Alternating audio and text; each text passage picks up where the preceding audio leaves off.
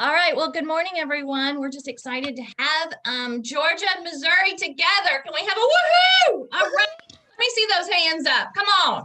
Come on. Give us some All right. emotions. Give us some Yeah. reactions. Or Good job. raise your coffee mug.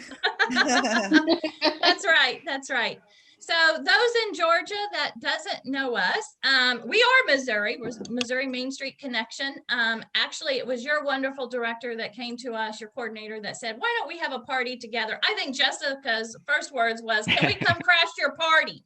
Yep. And so we said, sure. So we're really excited to be able to do this together, bring our states together and really learn from each other, because I know us here in Missouri are like, after almost over a year of not getting out of our little bubble, does really people do what we do outside of Missouri? So this is going to be great for all of us to hear and challenge each other and just be part of another state that's doing tremendous things out there. So real quickly, I'm just going to, Jessica, have my team just say hello, who they are, and then we'll give it over to you. So again, I'm Gayla Roten, the state director from Missouri Main Street, and we're just excited to be able to do this together on a Friday.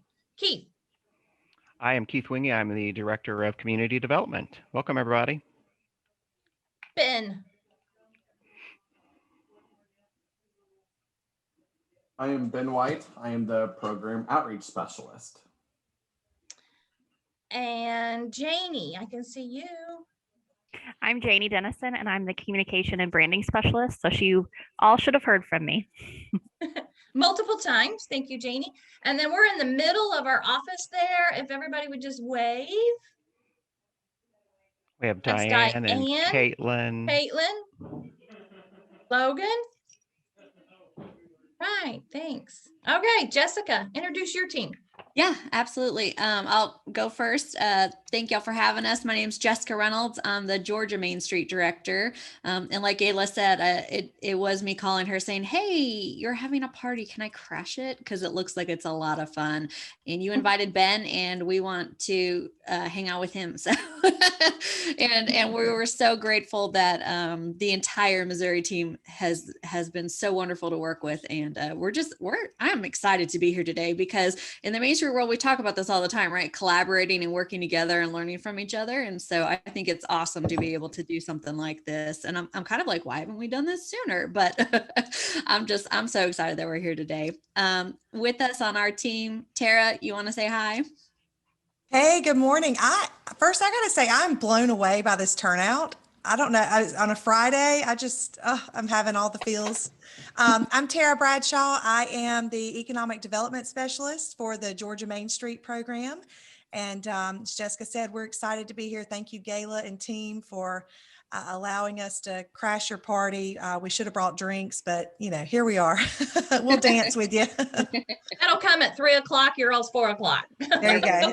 Coffee to cocktails. Elizabeth, you want to say hi? Hi, I'm Elizabeth Elliott. I am the Downtown Preservation Planner, I believe is my official title. But I am also sort of community outreach, new member orientation, new community orientation, spreadsheet girl, all that jazz. My Georgia peeps, you've heard this from me before.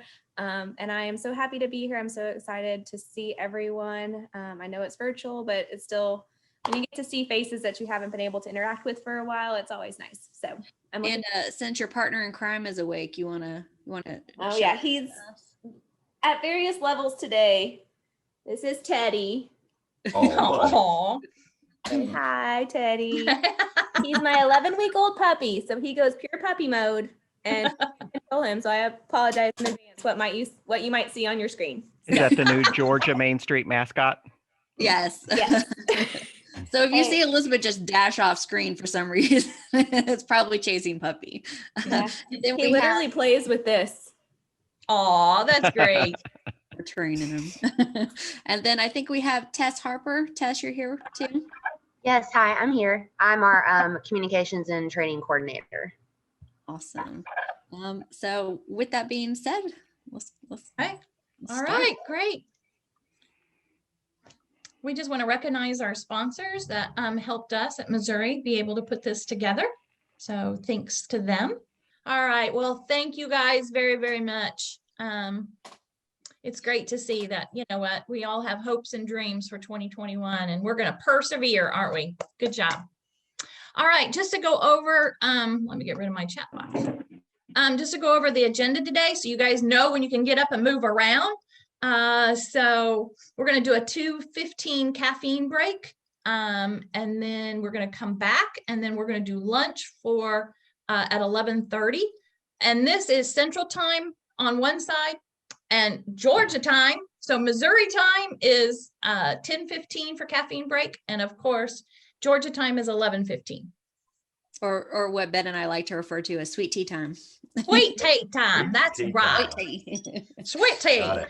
And then we're going to take lunch break at 11:30 for Missouri and 12:30 for sweet tea. And you guys are going to get an hour and a half for lunch so that it's an abundance amount of time for you to get out, hopefully go get lunch from somewhere local or have it delivered or, you know, whatever you want to do. But also you'll have time there to check on emails, etc. To be back with us again, Missouri time 1 and then sweet tea time 2 o'clock. And then we're going to do another break at 2 and 3. So that's kind of how the agenda is set up. We're going to have abundance amount of breaks, get up and move around so we can do what we got to do and keep the caffeine and the sugar going. All right, Jessica. Well, yeah, I was gonna say, I don't know how I got to be the lucky one that gets to introduce Ben, but I mean, if I was gonna pick something to do today, that would be it. I'd be like, dibs. Nice. So I'm excited to introduce the reason we're all here today, Ben Muldrew. I had the pleasure of meeting Ben the first time in Seattle a couple years ago at the Main Street Now conference, and everybody was abuzz about Ben, just feeling like what he had to say and had to share was so relevant to all our programs. And Ben's been doing this a while. So he's been doing place and branding and economic development, and he's what we consider an expert in this area for the last 18 years in really assisting communities to develop these identities that attract investors and encourage that private and public development and investment that we're all looking for. He's a partner at Arnett Muldrew and Associates. And I will say, personally, from my perspective in the Main Street world, Ben is one of those true inventive creator people. I will say I really like vibe with him because I love how Ben's just like open-ended and flexible, and he's like, we're just going to do this and it's going to be great, and we're going to create a little bit as we go, and being able to adapt and evolve to the situation so quickly. I love it. I think you are truly going to enjoy hearing from Ben today. And I'm just excited that y'all let us crash the party. So thank you for that. Well, and thank you for the introduction. And just so you all know a little backstory, we met with the staffs yesterday afternoon and kind of went through the session and told them everything I was thinking. And then we just hopped on the Zoom 10 minutes before we started. And I was like, hey, you remember what I told you yesterday? I was thinking maybe we're not going to do that anymore, and we're going to do something completely different and just roll with it. So that's absolutely how I roll, and I'm glad that works. So thank you again. I think that I'll tell you a little bit more about me and what we do at Arnett Muldrew. Believe it or not, I just kind of pulled it up in our archive.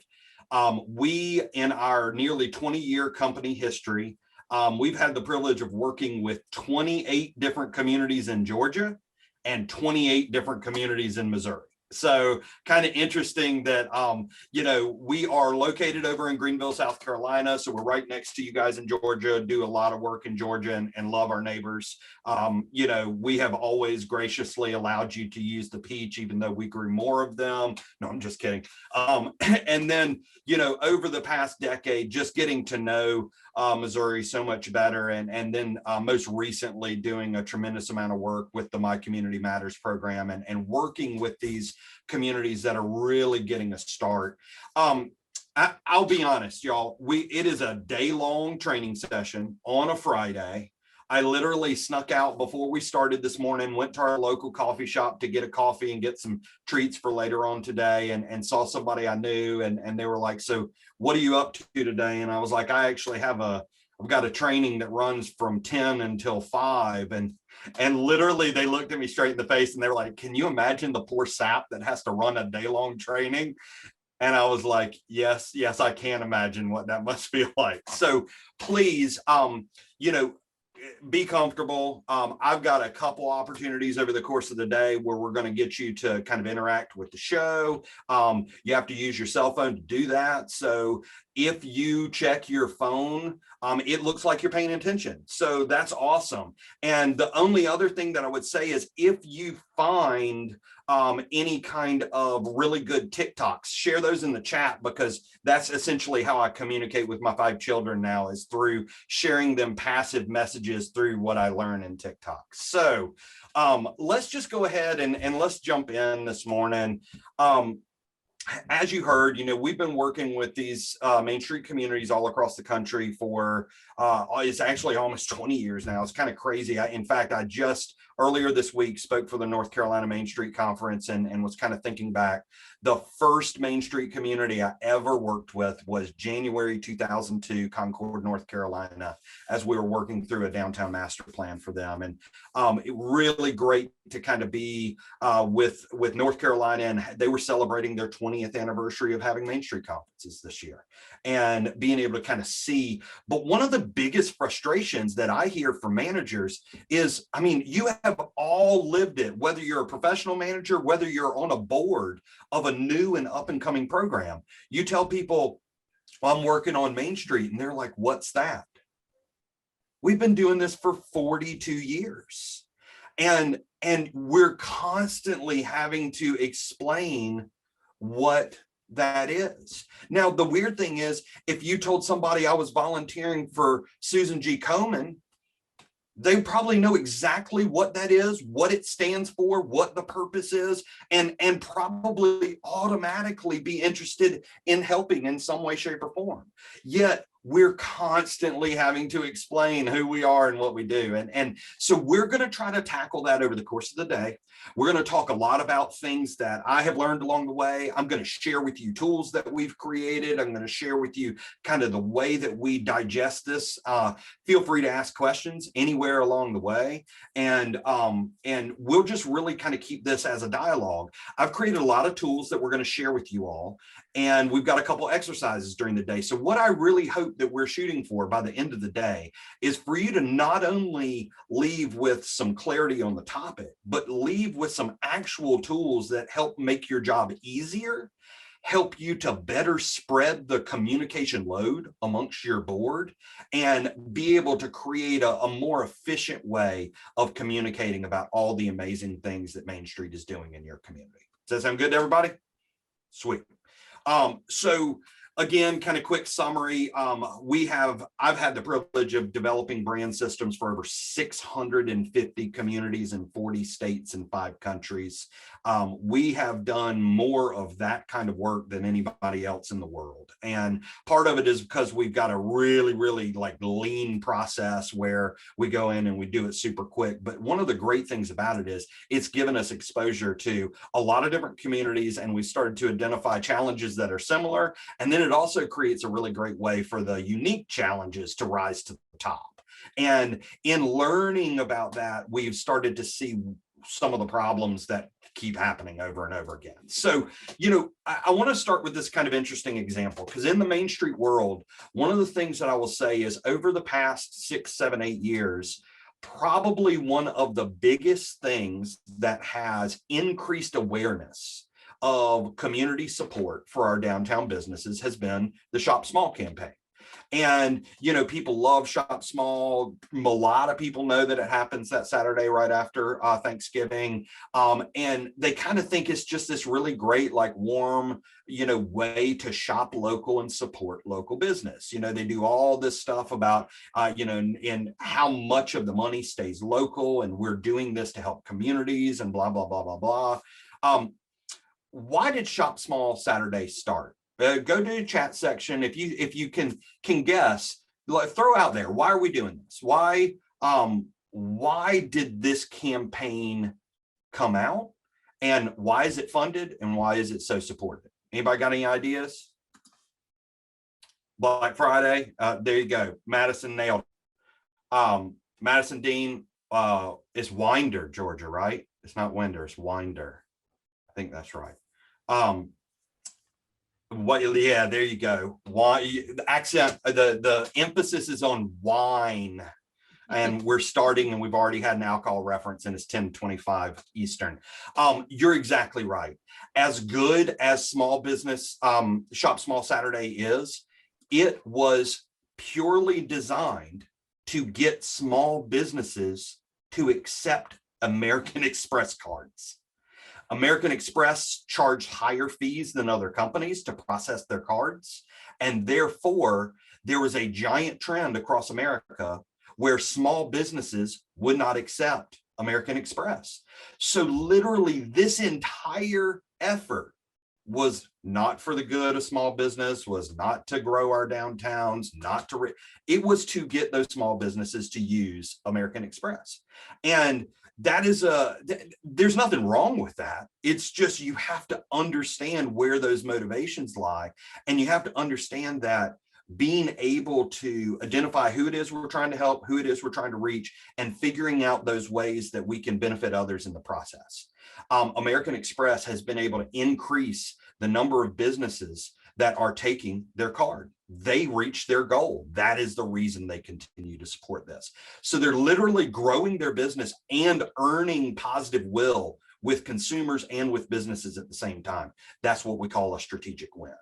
So I want to talk a little bit about kind of the birth of the Main Street movement, because I think this is an important thing to know. You really need to, everybody knows Main Street. They know what it is. You're actively involved in it. So you kind of know that story, but you might not have ever really thought about it quite this way. So in 1977, when the National Trust for Historic Preservation launched this pilot program, the goal was relatively simple. They were having trouble convincing property owners to preserve some of the community's most unique assets, those historic buildings. So the goal was, how do we convince a building owner to invest in preserving their building? Okay, it's a simple, like, we got this person who owns something, we need them to put money into it to have a preserved building. So the first observation that they landed on was, it is hard for us to convince a property owner to invest money in their building if the market that it exists in is not good. You know, if you've got a market that's not vibrant, a market that's not performing, then it's a difficult task to create that investment. So what they realized was, we got to create a strong economy so that we can have the investor confidence. So what they do, they came up with this 4-point approach: org, promo, design, EV, to create that strong economy. That, I think it's fair to say, they did this by accident almost. They accidentally invented economic development. And the way I always explain Main Street to people is, Main Street is the pioneers of economic development. We are the ones who invented sustainable economic development. We truly build economies. You know, we don't go after jobs. We don't narrow it down to single facets and let's be honest, not necessarily deep or intelligent conversations. We literally build economies. We make people fall in love with places, which then ties their money to the economy. Like, it's beautiful, and we never explain it that way. You know, what do? We always jump into the very technical. Like, we love to throw reinvestment stats, but we're not really leading with those things that start to tug. And I think that I'm gonna try this. Let's see. I've got to look at things over here on my end. Okay, so this is our first opportunity for our little our iPhone interaction. So what I'm going to do is, I'm going to jump over and I'm going to share my web screen. And for those of you that have not ever used this, this is a program called Slido, and it's a really great way to kind of interact with the presentation. So if you've got an iPhone with you, you can actually go to the QR code and it'll take you to the website. If not, you can just type in your web address, slido.com, and then it'll ask for a meeting number. And that meeting number is 11267. And if this works right, what should happen is as you start to answer this, it will start to build a word cloud of your responses. So go through and type in your one word to describe Main Street.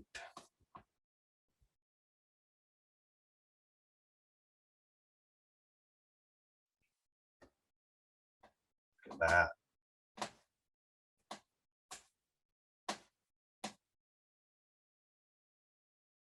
It's pretty cool. So we're seeing we've got 50 responses in.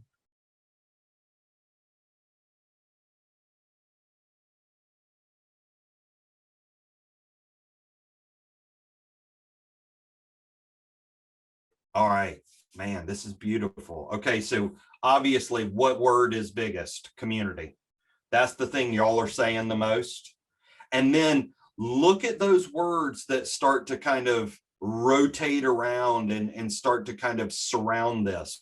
Home. Okay, home is larger than preservation. Family, heart, and vibrant are the same size as revitalization.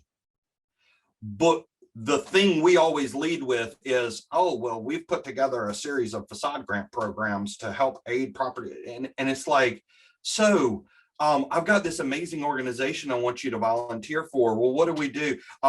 We're working on building a comprehensive building inventory of downtown. No, like that's the tactic stuff. That's not what we're shooting for, right? So I see answers that keep coming in. This is actually really, really cool.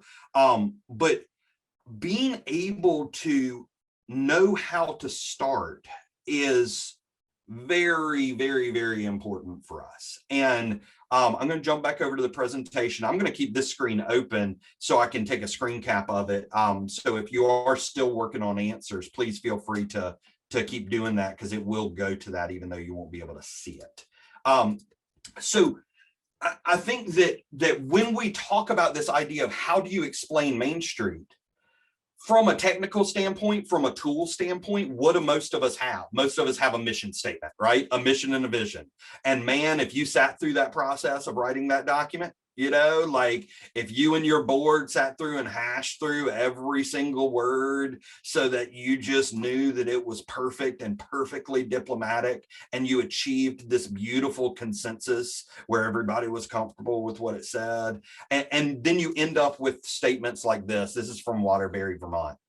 Our mission: to advocate, educate, and collaborate for the revitalization and enhancement of downtown Waterbury by adhering to the Main Street program's 4-point approach of economic restructuring, promotion, organization, and design.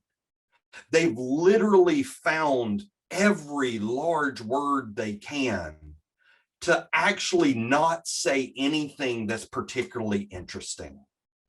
So it doesn't mean it's a bad mission statement, y'all. I take this as an opportunity to remind you all, mission statements are important tools, but they're not really external communication tools. They're actually, I kind of like to use them as litmus tests. They're like a roadmap. They're like a really great way for your board to kind of reflect against what you're working on and making sure you're on mission. You know, it's like, if you read that statement from a person who doesn't know anything about Main Street, does it excite them? Does it motivate them? Does it even intrigue them?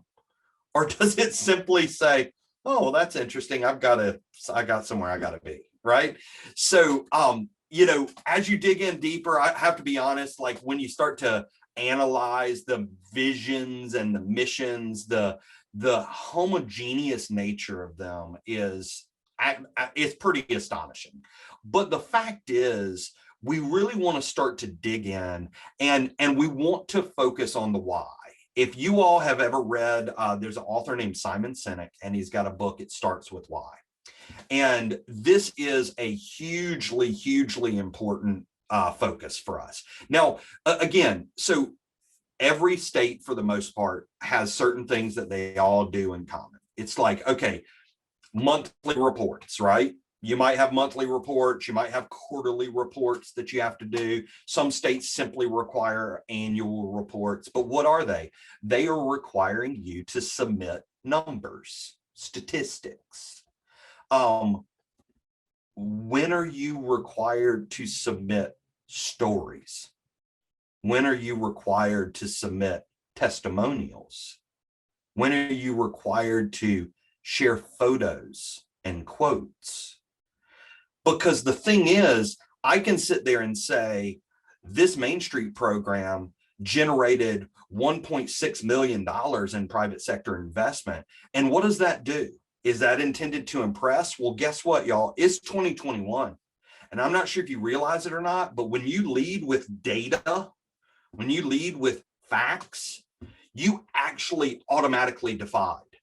You automatically have people decide whether they trust you or don't trust you. Well, where'd they get that number from? That seems inflated. I don't believe that. And you literally stimulate the skeptical mind.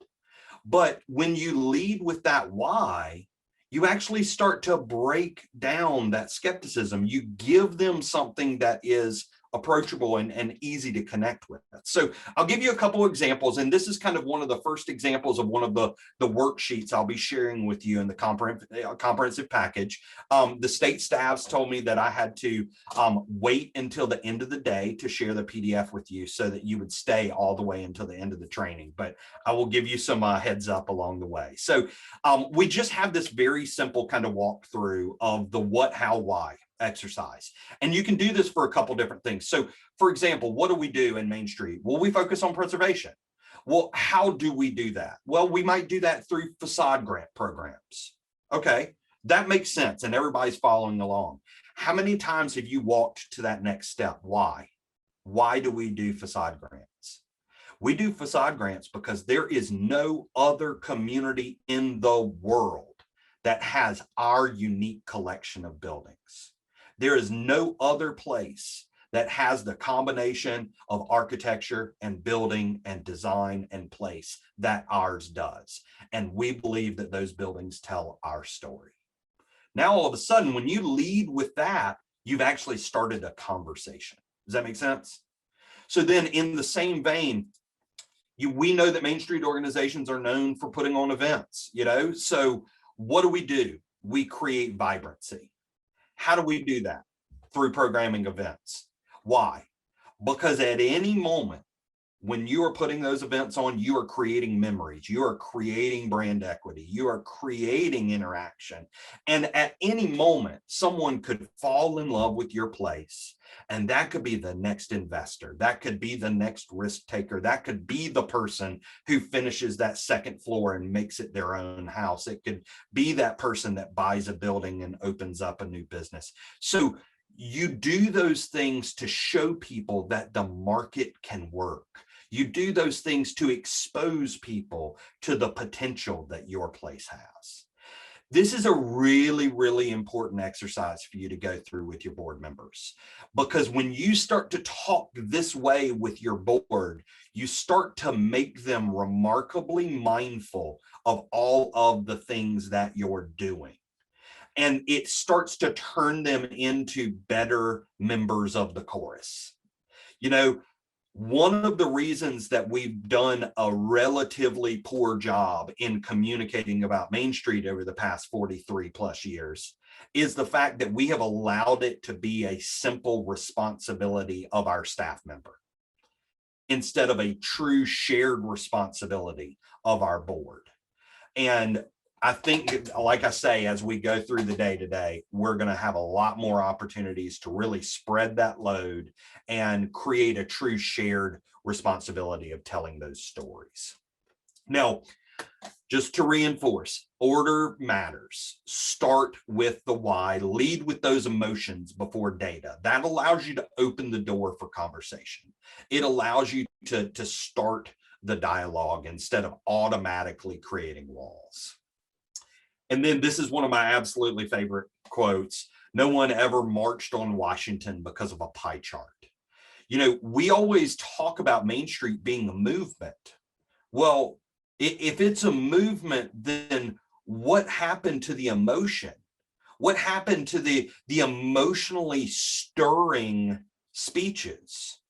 Instead, you know, are we spending way too much time saying, okay, like, guess what? Next year, we're going to be able to gather together for our national conference.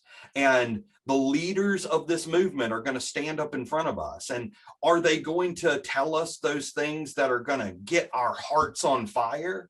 Are they going to sit there and say to you, every day in America, another person starts their quest to realize the American dream? And where does that happen? That happens in the hearts of our communities. That happens with each new business that opens. That happens with each new opportunity for someone to take a risk and take a chance and bet on their place and have their community come together and support them. Or are we going to hear them say, last year we saw $54 million reinvested in public? It's like, I get it, but we got to light the fire.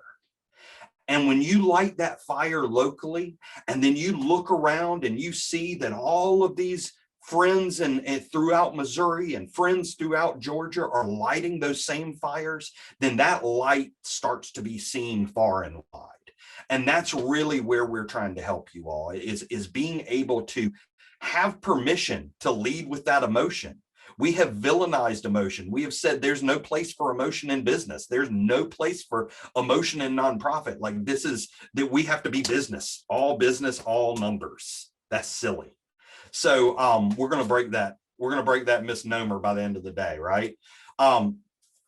So the next exercise that I have that I'll be sharing with you all is we put together these Main Street Mad Libs. And I actually saw this idea at a really great training out in Oregon. And what this is intended to do is, once again, distribute the responsibility for storytelling. What does a mission statement do? A mission statement gives every single person the exact same thing to say. We call it that elevator speech. I don't want an elevator speech. I want every board member to be empowered to be able to communicate why they're donating their time, why they think their downtown is important, why they choose to participate. And I'll tell you, when people ask me, it's very, very clear. I tell them I have 5 children. They range in age from 17 to 7. And I truly, truly believe that one of the greatest things that we can give those children is a connection to the place that they call home. And that is why I invest in my communities downtown. And then all of a sudden, like I say, you might not want to do it, but you can't argue it. It's like, okay, I understand that. I absolutely understand that. So what this exercise allows you to do is it allows each of those board members to just very simply start to kind of create their statement. You know, we are Missouri Main Street Connection, and we believe in the power of place. Every day we advocate for our hometowns on behalf of the citizens of the Show Me State to be able to make sure that the uniqueness of their community is something that they can pass on to generations to come. And, you know, allow everybody to have their own statement, allow them to have their own speaking points. Make sense? Thumbs up? Cool. Okay, this is the next biggest thing. When you get stuck in the Main Street world long enough, you get really, really hung up on the buzzwords, right? You know, you hear the same stuff over and over again. You know, when I first started, like, we've watched all the different iterations for a while. It was the term green, then it went to sustainability. Now everybody's talking about resilience. Well, guess what? The people that we're trying to communicate to, oftentimes they don't know what we're talking about. We are in the know. The people we need to communicate to are not. So we can't always use our internal jargon to explain to our outside audiences what in the world we're doing, right? So we're going to need to kind of break that down a little. And that's where we get into the idea of the main five. And in my nearly 20 years of doing this, the thing that I have come to realize is every single Main Street organization in America really shares the same five audiences. And it's interesting when you have this conversation about audience, it's people like to appear smart. So like when you talk about audience, they immediately jump to this phrase, target audience. Who is our target audience? And that's an interesting question, but it's almost like you're getting too far ahead, okay? We've got to understand our audiences. Who are our audiences? Our audiences are our donors. Those donors might be sponsors. They might be people that are just giving one-time donations. They might be members or investors in our organizations that are giving on a small but annual basis. It might even be the exploration of things like planned giving. And as weird as that might sound, I will tell you all this. We worked with Gloucester, Virginia, this Main Street community in a relatively small town, who had a citizen who owned a strip center at the edge of their downtown, standard 1950s, like suburban flight strip center. When he passed away, he gave the ongoing revenue for this strip center to the Main Street program.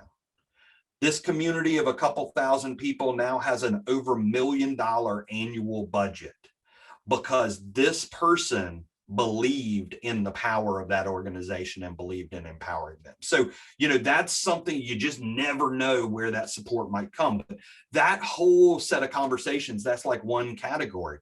And then that second audience is our owners. These are our business owners. These are our building owners or property owners or developers or prospects, a lot of different facets of that. But, you know, oftentimes that audience might be seen as the enemy sometimes. You know, the relationship between your businesses and your organization might not always be peachy. The relationship between your organization and absentee landlords or slumlords or any of those things, you know, might not be the best, but it's still an important audience to know how to communicate with. This middle audience, the public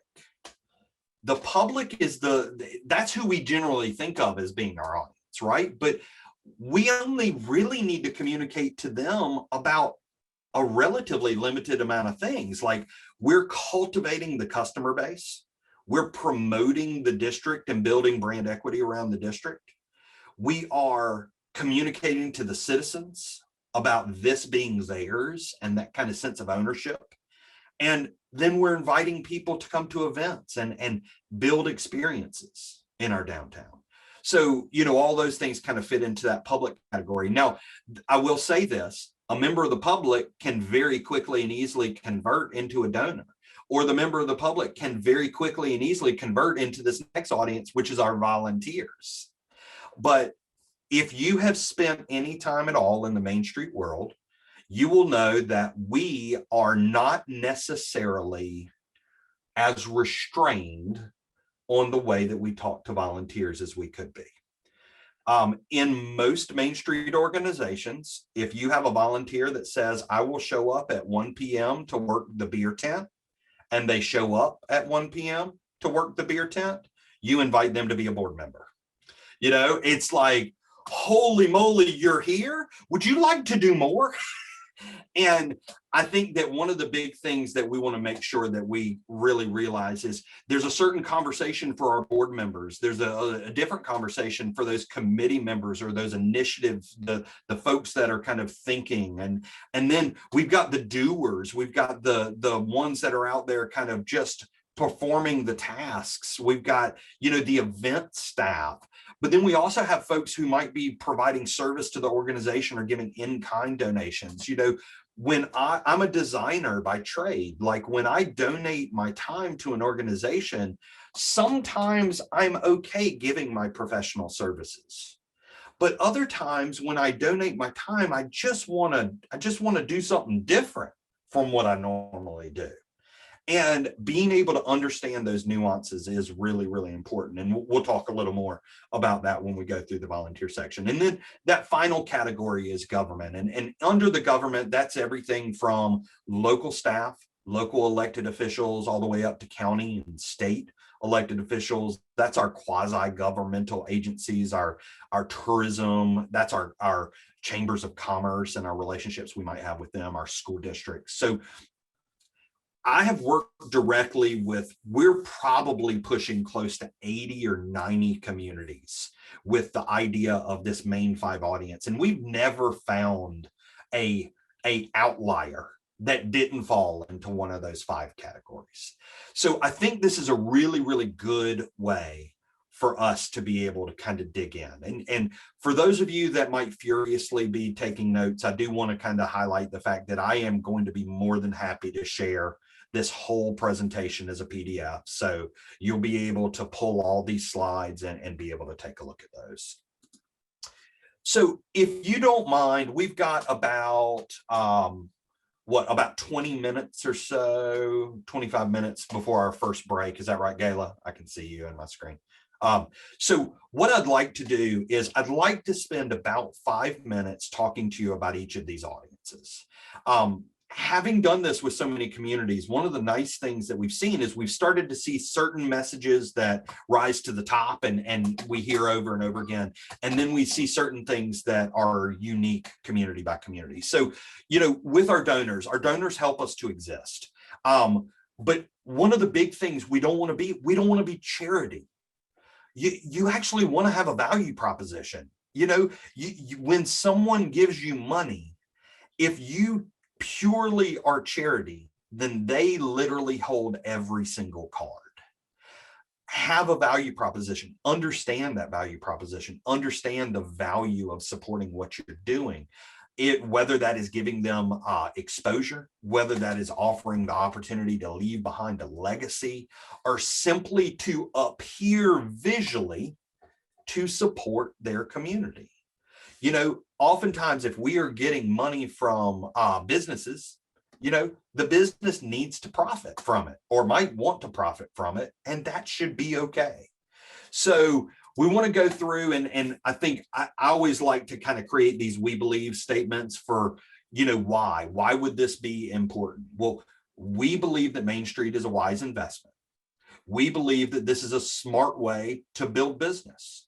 If you invest in us, we can help you to better connect with this market, which we feel like is intelligent. We believe that Main Street can help leave a legacy. There are some people out there that all they're really looking for is a place that their name can go when they're no longer with us. And that's okay, right? That being able to have the opportunity for somebody to leave lasting impact on a community, if you can play that role, then more power to you. We believe that the Main Street is an efficient way to advertise. I'm not sure if you all realize it or not, but there's this weird thing that started a couple years ago called social media. And it's kind of changed everything, right? So we don't live in this world anymore where it's like, oh, well, I've got to buy a full page newspaper ad. I mean, how many of y'all have bought a full page newspaper ad ever, right? But being able to play a role in projecting messages, building relationships, helping people to see other brands in a slightly different light, that's hugely powerful now. And, you know, I could talk all day long about the growth and emergence of TikTok over the past 12 months.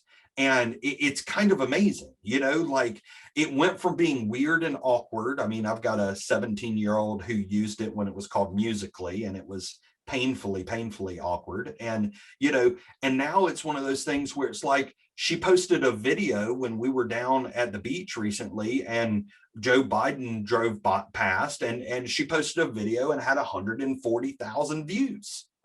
140,000 people saw her video. Now, I grew up in South Carolina and our largest newspaper only had a subscriber base of 100,000. And it would have cost me thousands of dollars to be able to get a message in that. And now all of a sudden, we are giving so many people access to thousands and thousands. So, I think that one of the big things that you can kind of take away from that is it's easy in the Main Street world to be scared of technology, but those channels that we own, that Facebook voice of our downtown, that Instagram, image of our downtown, that Twitter stream of what's happening instantaneously. And honestly, even kind of the talent and comedic angle of using something like TikTok, those are valuable assets, and you get to own the voices of an entire district. And you should be leveraging that to your benefit. So I don't want to turn this into a social media class. I know we've all kind of sat through those, but I do think that is important. Those are important things for you to kind of realize. And let's see, I don't know who it was, but somebody down there was really excited when I said we're not turning it into a social media class. And I'm not sure whether that was they liked what I was saying or liked that we didn't have to talk about social media anymore. So keep going through that. One of the other things that I think is really important is being able to leverage your role as an economic development engine in the community. Because we're so good at putting on events, we oftentimes become known as event planners, and that overshadows that strategic place that we should play of being an economic development engine. And not just an economic development engine, but an economic development engine that I would argue dollar for square foot generates more revenue, a denser source of revenue than anywhere else in your community. And those are the kind of conversations that we need to be able to make. Strategic tactics. These are things that you might think about, like show how your funds are being used. Being really transparent generally builds confidence from other donors. Sharing testimonials when someone gives or supports, follow through with them, and then gain insight as to what they felt like their benefit was. The problem is when we ask those testimonials from a sponsor, we never ask the right question. It's almost like, why are we great? Instead of, what did you get out of it? And I think it's because we're scared that the answer might be nothing. You might ask that donor, what did you benefit? What did you gain from your sponsorship? And we're kind of scared that they'll say nothing. I did it just because I felt guilty. I did it because, you came into my office and I wanted to get you to leave. So, those are the things that you have to be mindful of. You gotta be vulnerable. You gotta ask the questions, because without asking the questions, you'll never get the stories. And those stories are so important. You could set up booths at events where you kind of talk about the organization, social media stories. Now, again, I always like to kind of tell this story. My wife several years ago started an Instagram account to document the restoration of our house. And she now we are pushing on almost 15,000 followers on this Instagram account. So the account's probably been alive. I'm going to guess we're maybe at almost 4 years. Okay. 4 years, 15,000 followers. Guess how many times she's posted in those 4 years? Is she posting every day? Absolutely not. She has 78 posts over 4 years. But guess what? When she says something, it's important and it's beautiful and people interact with it. So, I think one of the big things that we always kind of talk about is we don't know how to use these different mechanisms. What's Instagram for? And I kind of tell folks, it's like, okay, pretty much every platform has decided to have like a post and a story. And, when you think about those things, they're dramatically different. Okay. Let's take Instagram for 60 seconds. When you post something on your Instagram wall, it would be like framing something and hanging it in your office. If you have an image that's good enough to frame in your office, it's good enough to post to Instagram. If it's not, maybe you just want to be more conversational, share it in stories. Now we can get a lot more complex than that, but being able to kind of understand the different avenues, and then understanding it is not about posting every day. It is not. It is about posting good stuff. And if you don't have anything to say, then you can't post good stuff. So if you're not mining the stories and mining those messages to share, then you don't have any meat to share with others. One of the other things I love to do is we actually have some programs that partner with vacant buildings, and they take over the vacant store windows and they use those to highlight sponsors and businesses and things. So you're kind of getting a double whammy with a vacancy treatment and an opportunity to help promote some of your sponsors. Measurable results, I'll go through this real quick. Event attendance, social reach. If you're not measuring like how many followers you have and that kind of stuff, those are important numbers to kind of have at the tip of your fingers. Income, that's a simple one from a donor standpoint. How much money do people give you? The willingness to give, does that become harder or does that become easier? And then again, tapping into that vulnerability, maybe you do a donor satisfaction survey. Maybe you put together a little Survey Monkey and you share that with folks that give, so you can learn a little bit more about how you might be able to get more. So that kind of the final thing in each category is this targets to improve. These are folks that Main Street organizations typically don't do a great job with always. Typically there's larger industry that doesn't exist in your downtown district, but is still looking for ways to show that they support your community. That might be a good way to tie in. We oftentimes miss grants because we're not good at grant writing. We don't like paperwork, and we know as a director, we know that if we say, hey, I found this grant, that means you're going to be writing the grant. So that might be something you need to kind of think through. We're not always good at communicating to our current donors. So we actually make it way too easy for current donors to become past donors. But creating kind of an open dialogue between them. And then, I talked a little bit about the plan to giving. So I'm going to kind of kick this into second gear and move a little faster. Same format for each of these audiences, but I want to share some of the insights. So with our business owners, and whenever I talk about owners, property owners can be really hard. Business owners, I think, are a little bit easier to understand. These are the people who are putting their blood, sweat, and tears into the district. They have the highest level of risk involved of any audience.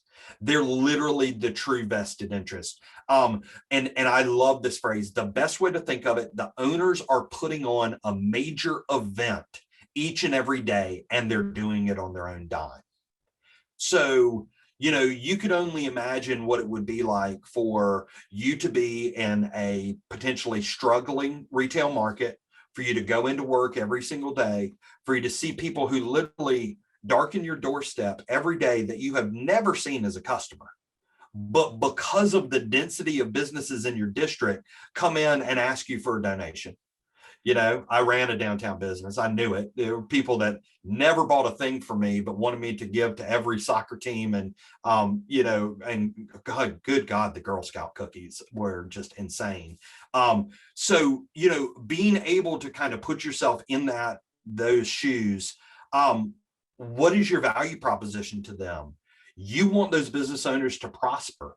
You want to tell them that your goal is to help customers fall in love with the district, building that customer loyalty. You want to tell them that you believe that buildings deserve love and that you want to build the economy to justify the investment. And you might also be a channel to help drive investment or aid to them. You want to tell them loud and clear, you believe profit is good. It is absolutely amazing how oftentimes businesses making money are actually villainized in the Main Street world. Profit is good, and we want every single one of you to make as much as you can. There is no better advertisement for starting a business downtown than successful businesses. And we believe that loyalty comes from experiences. Okay. How can we do that? Spotlight campaign, cross promotion amongst businesses, maybe giving tools to help them tell each other's stories. We created a set of business cards once. Baseball cards. It was a community that had a really heavy presence of kind of this interesting textile baseball history past. So we created textile baseball cards for the downtown businesses. And when you go into a business, you would actually get a different business's card. And if you collected the whole set of cards, you would be entered in to win tickets to an Atlanta Braves game. So it was this kind of interesting tie-in that kind of connected all those dots.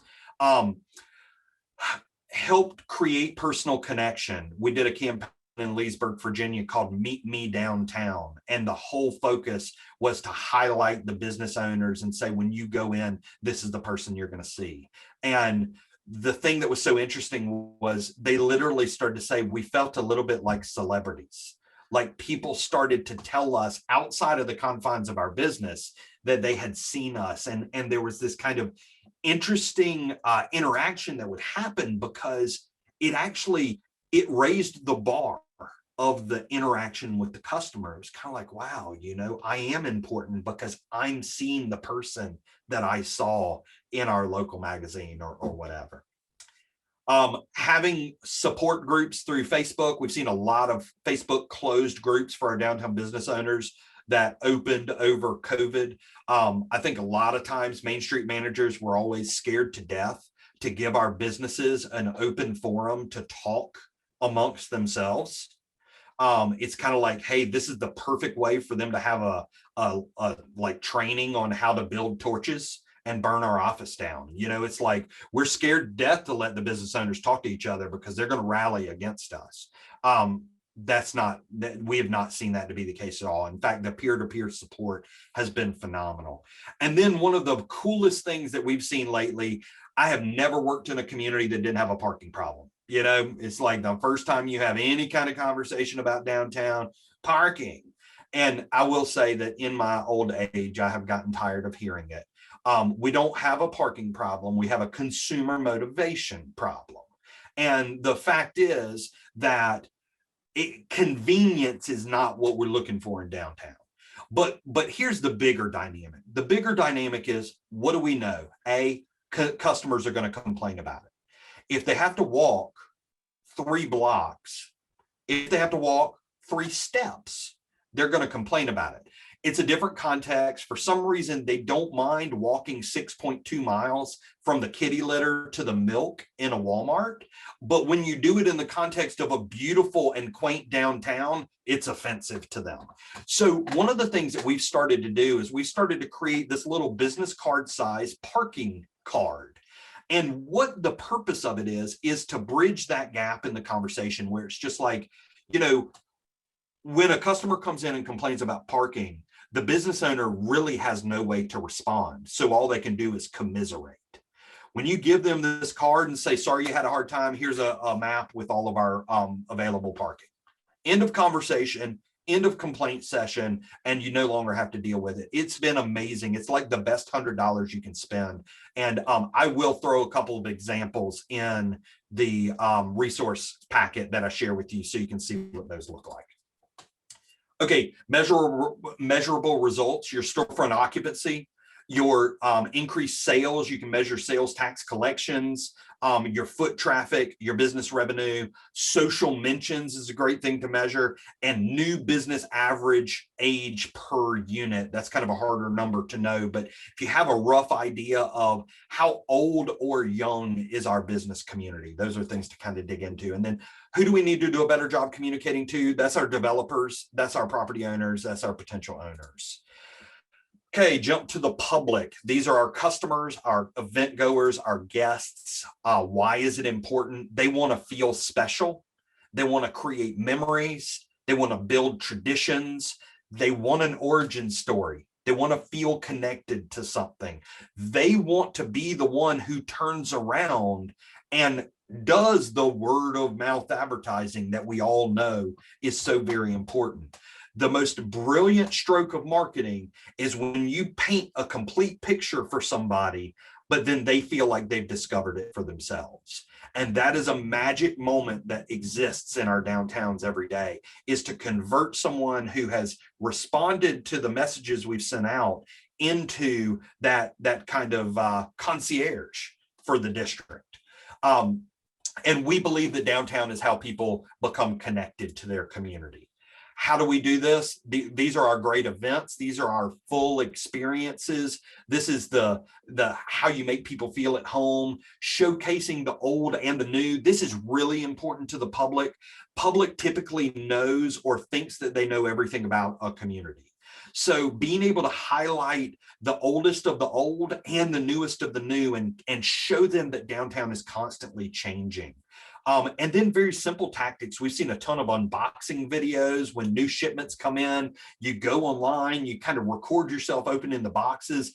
It gives this really, like, it's actually like an endorphin hit where it's like, ooh, I'm going to sneak in before somebody else can get it. And they message like, I want that dress. Do you have it in an 8? And yes. And boom, sales. And that's great.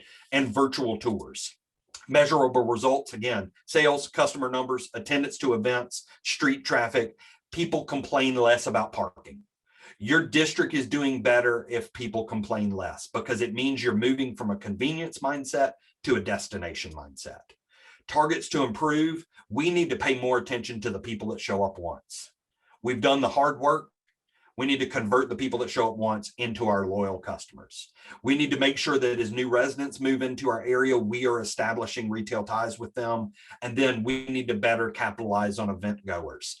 We've brought somebody to an event, we should convert them into our donor category. How many of you have a text message day of event giving opportunity where it's like, if you're having a great time at this free event, text $5 to the Main Street organization, give them that sign. So thinking about all those different interactions. Okay, I got 4 minutes, warp speed, volunteers. Okay, we burn through these guys. They're the crafters of vibrancy, the stewards of history. Our movement is grassroots and our neighbors are our partners. Why is Main Street important to volunteers? Because this is an opportunity for you to make a difference. It's an opportunity for you to make a difference in a non-political way, which is actually very, very appealing to folks. You can be part of something bigger. My God, it should be fun, right? I say fun and rewarding. You have to pick at least one. If it's neither fun nor particularly rewarding, then you're not going to have a lot of folks that are going to sign up for it. And in fact, if a task doesn't fit in to the fun or rewarding category, it might actually be a task that you need to consider paying somebody to do. And I will say it is amazing what a Boy Scout troop will do for $100. So just throwing that out there. Main Street can be a safe place to make changes, a place where you kind of protect them from some of the kind of nasty partisanship of politics, and be able to give people the opportunity to kind of play a role in something a little bit more fun. Strategic tactics, focus on efficiency, single serving service. Give people the opportunity to give, and do not sign them up for the email list. Do not bother them over and over again. People are smart and they're good at communication. They'll actually find you again if they had a great time. So don't make every single commitment into a lifelong relationship. Allow the volunteer to decide that escalation. Ask for what you need and need what you ask for. Celebrate their help and spotlight volunteers. The measurable results. How many people show up? How many come back? Do you do a satisfaction survey and find out whether no, we don't ask them surveys because we don't want to hear that they didn't have a good time, right? Like you're starting to see all this stuff becomes interconnected. How often do they help? And one of my favorite questions, do they bring friends along with them? That is one of the best signs that you're doing something. You're doing a solid to your volunteers. If you have somebody who brings their friend along because they know it's fun enough that, hey, we might be serving, but we're having a good time while we're doing it. Targets to improve, larger businesses, civic groups, schools, and those organizations that might be out there to help us along.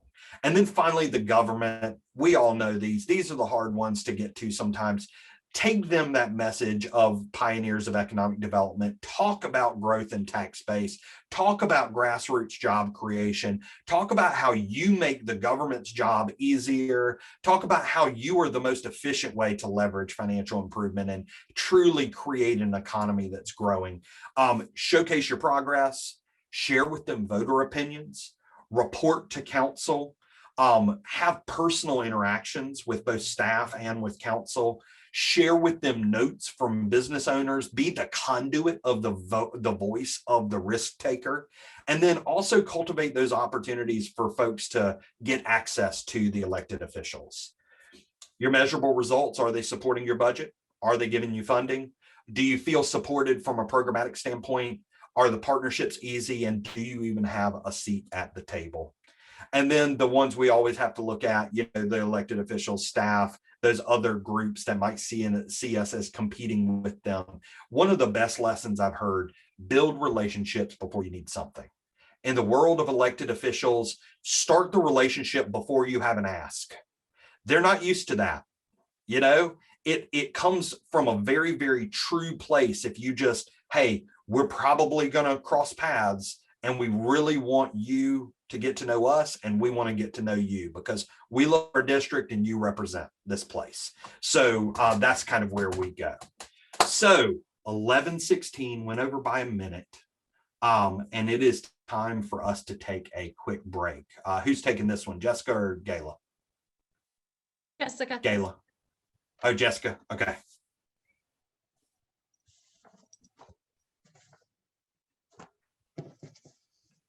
Oh, you're muted, Jessica. It would be nice if I unmuted myself, wouldn't it? So we're going to take a 15-minute break, guys. And we'll be back. What time does that put us at? 11:30 sweet tea time, 10:30 Missouri time.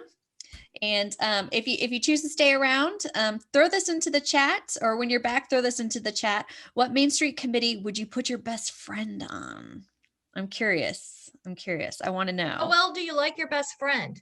Yes. So, stand up, stretch, take a potty break, refill that coffee, grab a snack. We'll be here hanging out, and we'll kick it back off at 10:30, 11:30. Hey, Ben. So, we got a couple people asking, when will the PDFs of the slideshow be available? And I'm assuming, Keith, Gayla, that we're going to plan, just like we sent it out, the link for the registrations, we're going to send it out afterwards. Is that correct? Correct. Mm-hmm. Yeah. And just so everybody knows, there will be a couple of different PDFs in there. So I see, Patty and BJ are asking about that. There will be a full PDF of the presentation. And then there will also be kind of a composite of some Main 5 oriented tools and kind of worksheets and stuff that you all can go through. And it's kind of available now, but we also might change things a little at lunch. So I will make sure that we can share the most up-to-date version as soon as we get wrapped up. And then I see that our friends Hannah and Rachel down in Florence, South Carolina. So we got some out-of-staters that are joining in on the fun as well. Changing the narrative on parking. How do we help our business owners and large employers understand that it's okay to walk the half block to park in the parking garage rather than taking up valuable customer parking? So that's a universal challenge and it's a universal problem. And I'll be honest, I mean, my 17-year-old daughter has a job at the beach community that's like 30 minutes from ours. She works in a downtown boutique on their historic beachfront downtown street.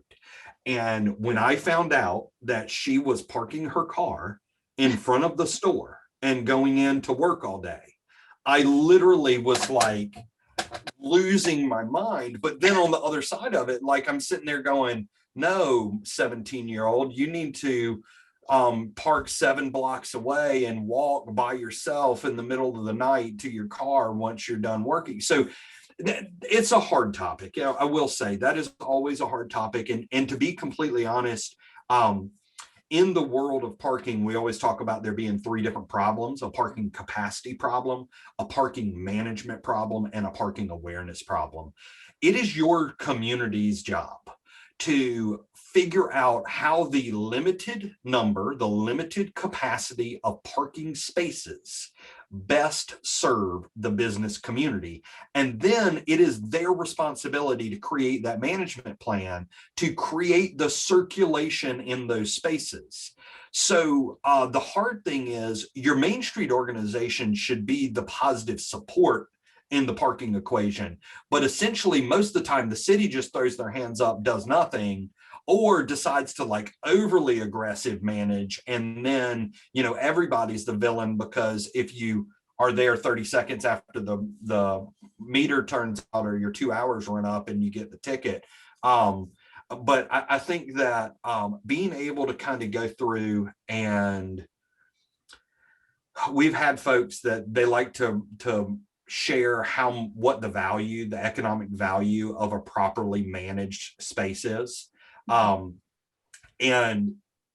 then all of a sudden you start to make an economic appeal. And at one point it was something like $10,600 in revenue per month or something. Donovan Ripkema, I know, always shares those numbers, and they change a little bit year by year. But you know, Ben, being able to make them. We took our downtown though, divided up, you know, our sales tax revenue in downtown, and come up with how much each parking space brought in, you know, divided among the year, and then we divided it by the month, by the day, how many parking spaces we had, how much dollars were generated. And then we gave our property owners tickets that they could go out and put on fellow business owners that were parking. You know, they wouldn't park in front of their store, but they'd park in their neighbor's front door. Right. And so they were responsible for it. It was, gotcha. It was highly successful. Fantastic. Yeah, fantastic. I love that idea, Galen. I did. So all right, so it looks like you all are pretty overwhelmingly putting people on a promotion committee when you look at both the Slido and the comment section. Mm-hmm. And I'm not sure what it says for us that you would rather put them on anything other than economic vitality. We'll let that one sit out there and percolate for a little while, I guess. Maybe it's because we know that it's easier to voluntold someone when they're like on the promotions committee. Like we know that they're going to show up when they say they're going to show up, and like we all know, like you said, that matters. Well, either that, show up at 1 p.m. You're on the board. Done. Right. It's either that or there's a significant lack of leftover alcoholic beverage associated with the economic vitality committee, and it is associated with the promotion committee. So, all right. Well, I think it is. It's a couple minutes after our start back time, right? Yep. All right. Well, I guess first of all, thank everybody. We're sitting at 11:33 sweet tea time, 10:33 barbecue sauce time, and I hopefully the morning has been going okay so far. Like I feel pretty good about the pace of that first one. It was a little rush, but just to kind of give you heads up of where we're going from here, I've got about 25 minutes or so that I'm going to talk to you a little bit about story development and share with you some stories of things that we've kind of come up with. And then we're going to be going into our first breakout session. And I've got an exercise set up for you with kind of spending a little bit of time thinking about some storylines and then sharing them with some of our peers. And kind of, you know, it's important to kind of think about content, but then it's also really important for us to sometimes hear ourselves share it. It's like there are always things that sound good in our head, and then when we say it out loud, maybe it's not as compelling as we thought it was. At least that's what people in my family tell me. is the things that I think are interesting don't seem to be as interesting when I share it. So I think it'll be a really good exercise for us to kind of think through what's going on in our community. So And again, just to does reiterate, any- Ben, I was going to say, you're going to Yep. share these slides and information with everybody. We'll send it out after today wraps up. And we have a recording of it as well, in case, I know people are furiously taking notes or maybe missing something. And if you do, we've got a copy of all that for you.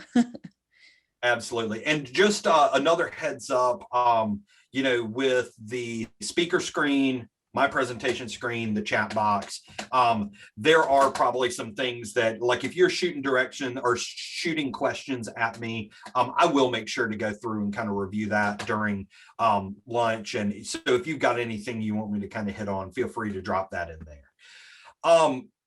Anything else before we jump into this next section? Sweet. Okay, so this next section I'm just calling Street Stories. And the thing that I really started to take away, and I'm featuring this this image that we created when I had the privilege of working with Donnie, when Donnie was over in C Street in Springfield, Missouri. And this was a couple that had lived downtown and kind of done this great revitalization of an upper floor. And just kind of taking this idea and kind of hammering home this idea of how do we take a story, but then mine that story for its relevance for these multiple audiences. So if you have this couple, let's say, that has gone in and invested in a downtown building or invested in a business downtown, or maybe has created a loft and lives downtown and is a volunteer of your organization, like, you can always tell that story of how they might give, are they donating, are they sponsoring, and kind of put that personal face to supporting the efforts in the organization. From an owner standpoint, you might tell that story, the revitalization story of them as a building owner. What made them decide to buy? What made them decide to renovate? What are the benefits that they experienced? And be realistic. And maybe there were challenges, but it was totally worth it, because you won't find a place that feels like this. Being able to kind of tell those stories, that is going to help to relate into that whole audience. From an outsider, this might be a really great way to introduce that idea. Hey, there are people living downtown. You might not have thought about it, but this might be the kind of experience that you're looking for. From a volunteer standpoint, highlighting what it is that they're involved in and how they're giving back to the community and why they feel like this is a worthy investment of their time and effort. And then from a governmental standpoint, talking about these individuals who took a risk, and this private sector investment is growing the tax base and growing the value of the district. So very simple, kind of singular topic that ends up giving you 5 distinctly different storylines. That makes sense. So what I want to do is I want to kind of walk through and I'm going to share with you all after lunch some of the other ways that communicating about Main Street programs have kind of materialized. But I want to share with you a couple of what we call main changers. These are storylines that were generated from communities that I worked with in the state of Colorado. And being able to kind of go through and figure out ways that you can tell these stories about your community.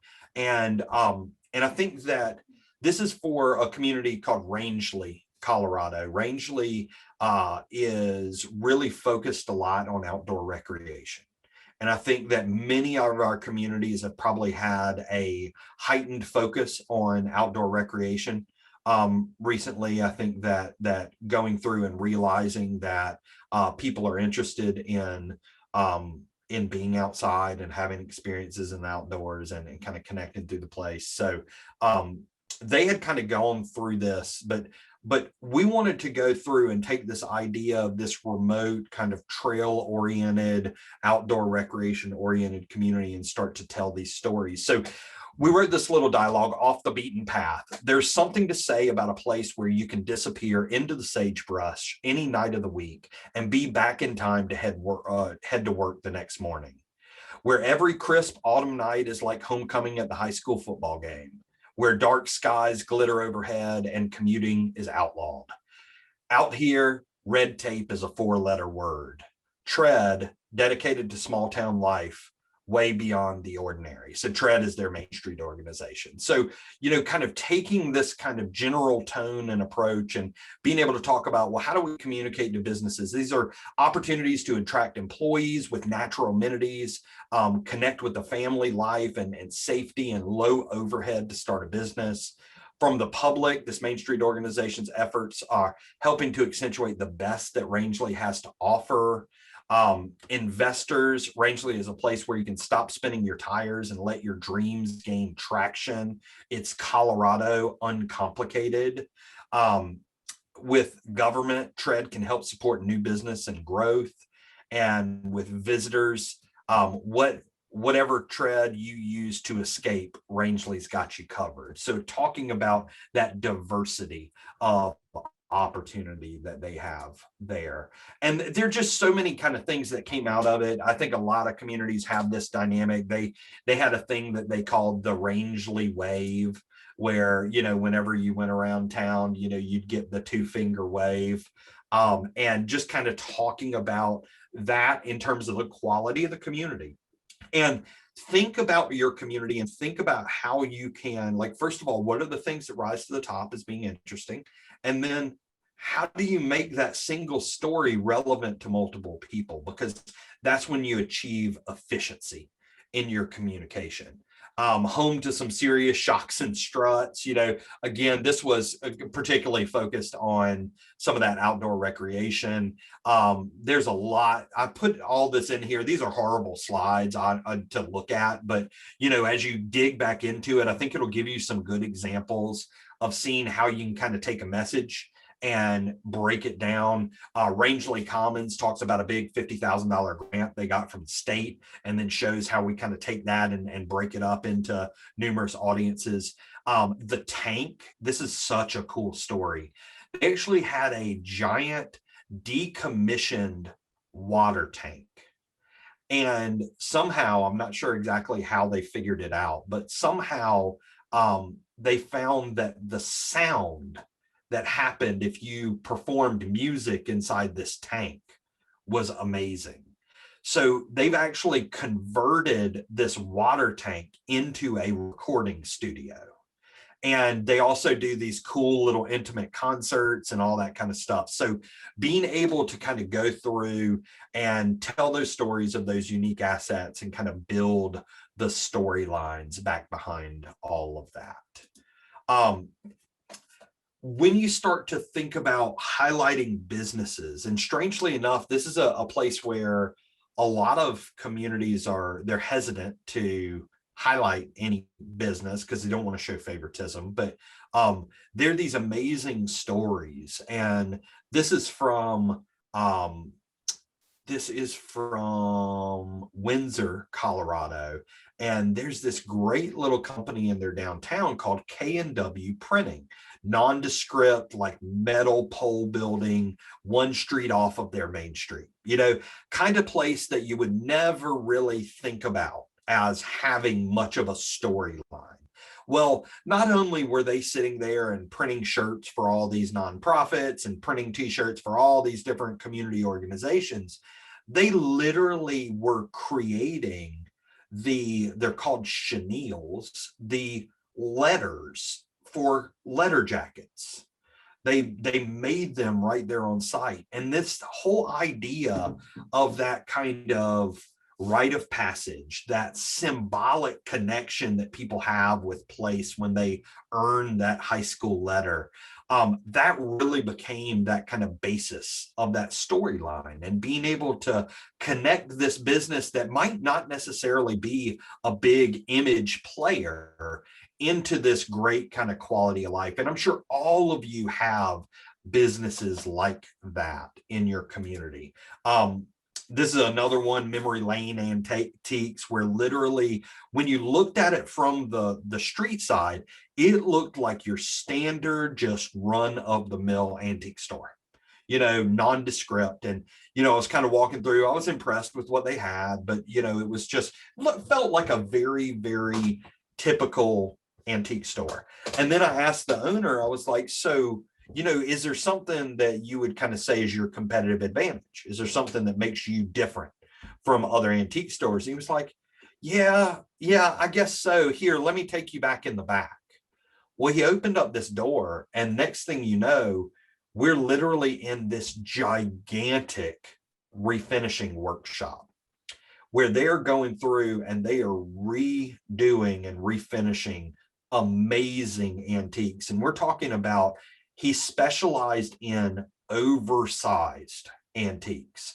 So if you needed a 10-foot tall china cabinet, this is where you would go to find that and have it restored and preserved. So, again, amazing story that you would never know from the street. You'd never even know if you went into the store. It literally took digging deeper and getting into the back room before the real meat of it came out.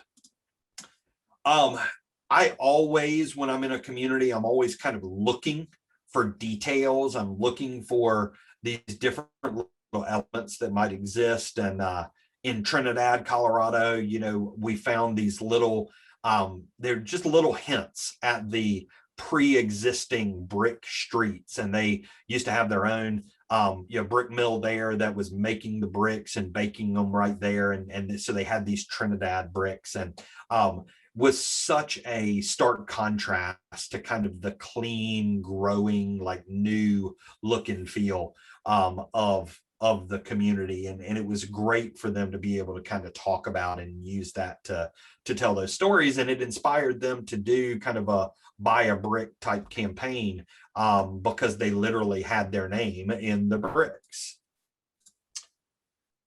Your events always hold storylines that you need to be able to share. And I think these are one of the ones where we don't necessarily do a lot of communicating around our events because we kind of feel like they speak for themselves, but we kind of miss some of the strategy behind them. So this is from Woodland Park, Colorado, and they did an old-fashioned 4th of July festival. Being able to go through and, from a donor standpoint, showing them that this is a great opportunity to connect with people. From an owner, 4th of July is super busy, and make it work for you.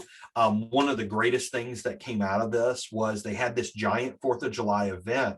And I'm going to say this, and I bet I'll see a couple of heads that will nod in agreement.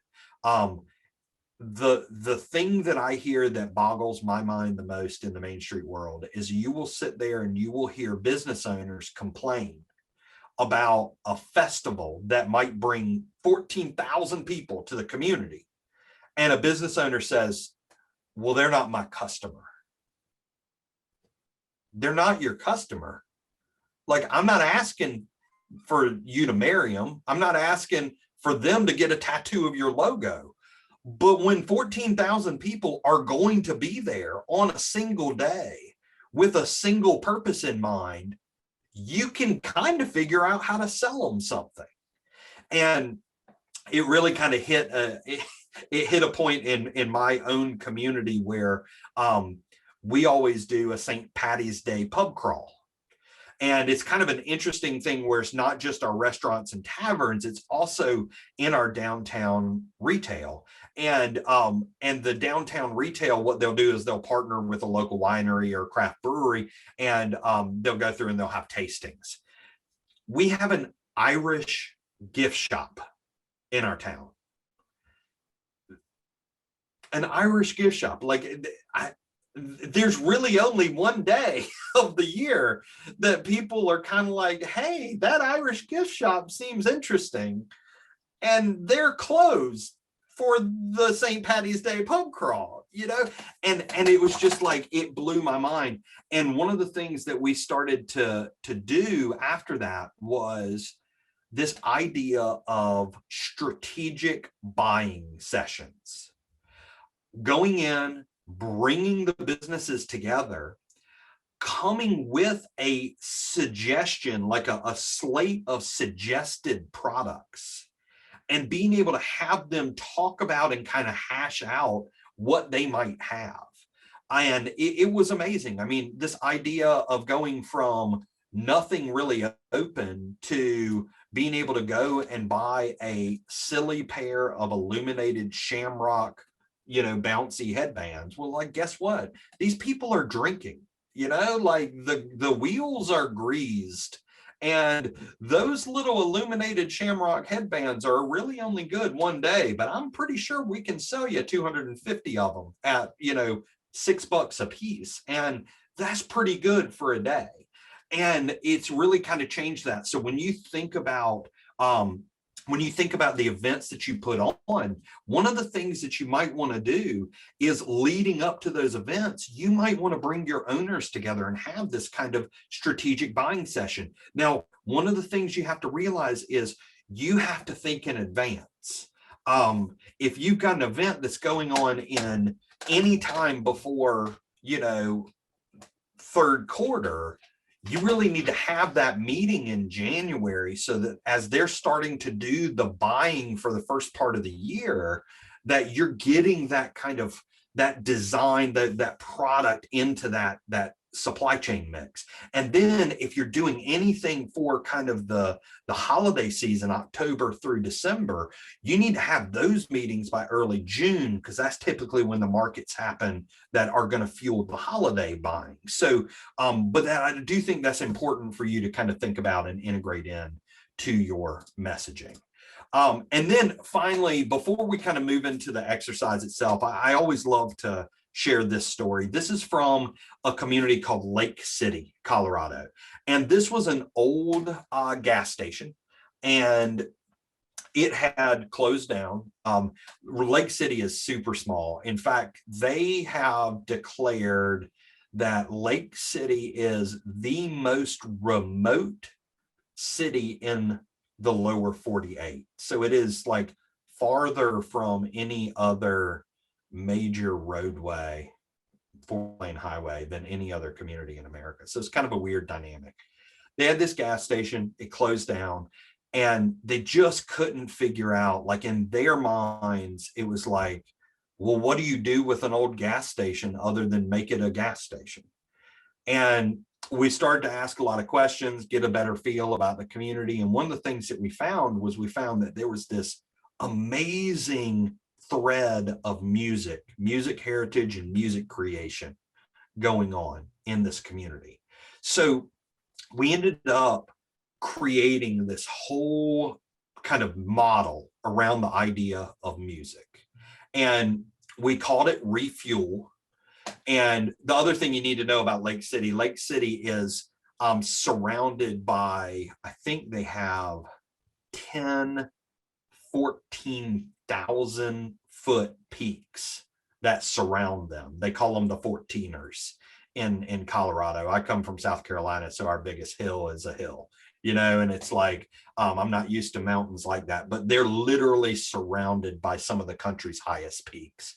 So this idea of mountains of music, and we actually created this entire pitch to look like a record album, which is kind of cool. So this square format, we went through and created this imagery of what might happen if this gas station turns into this center for live music, music recording, food incubation, and kind of tying together food and the flavor and the sounds of the community. We listed all the stories as the track list, and in the track list, we showed the different elements that would make the development up. Refuel was the name of the place. Remix was the recording studio. Retool was the performance garage. Recharge was the built-in Airbnb. Reverb was the big backyard venue. And then they also had, they called it the Refuel, which was the Reprise, the restaurant and tap room. So being able to kind of go through, have this theme all built through this very simple thread of music, talking about redevelopment, talking about reinvestment, and also just reinvigoration of the community itself. and all tied together just with the simple idea of music and the simple 2 letters RE, reuse of this site.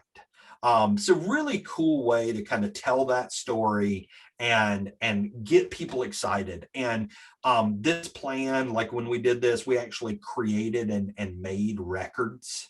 And on the records, it featured local artists, and then it had this whole package as the album package. And they've been able to secure enough funding, and this project is moving forward.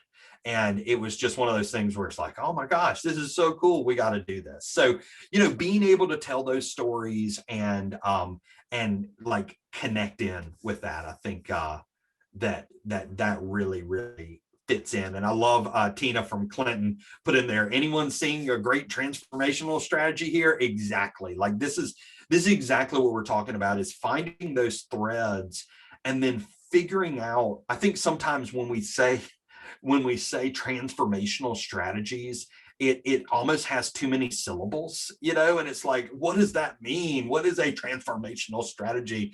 And I always tell people, look for the snowballs. Like, what's the thing that if you give it that little push, it'll start rolling on its own. And as it rolls, it grows. And, when you can find, I always talk about the spark plugs and the snowballs, like who are the people that light the spark and where are the snowballs that they just need to know where to push. And that's when you start to make things happen. So with that brings us into our first breakout session. And I'm going to give you a little bit of kind of an orientation point here. Every breakout room is going to have kind of a facilitator. And I think Keith might do an orientation on the breakout rooms for us. But I want to talk a little bit about, or Gayla's going to do it. I want to talk a little bit about the exercise itself. So we're going to have 30 minutes in the breakout room, but it's going to be very, very fast paced. Okay. In these 30 minutes, we have 5 different storylines that we want you to create. I've got 5 prompts for you. I'll share those with you in just a second.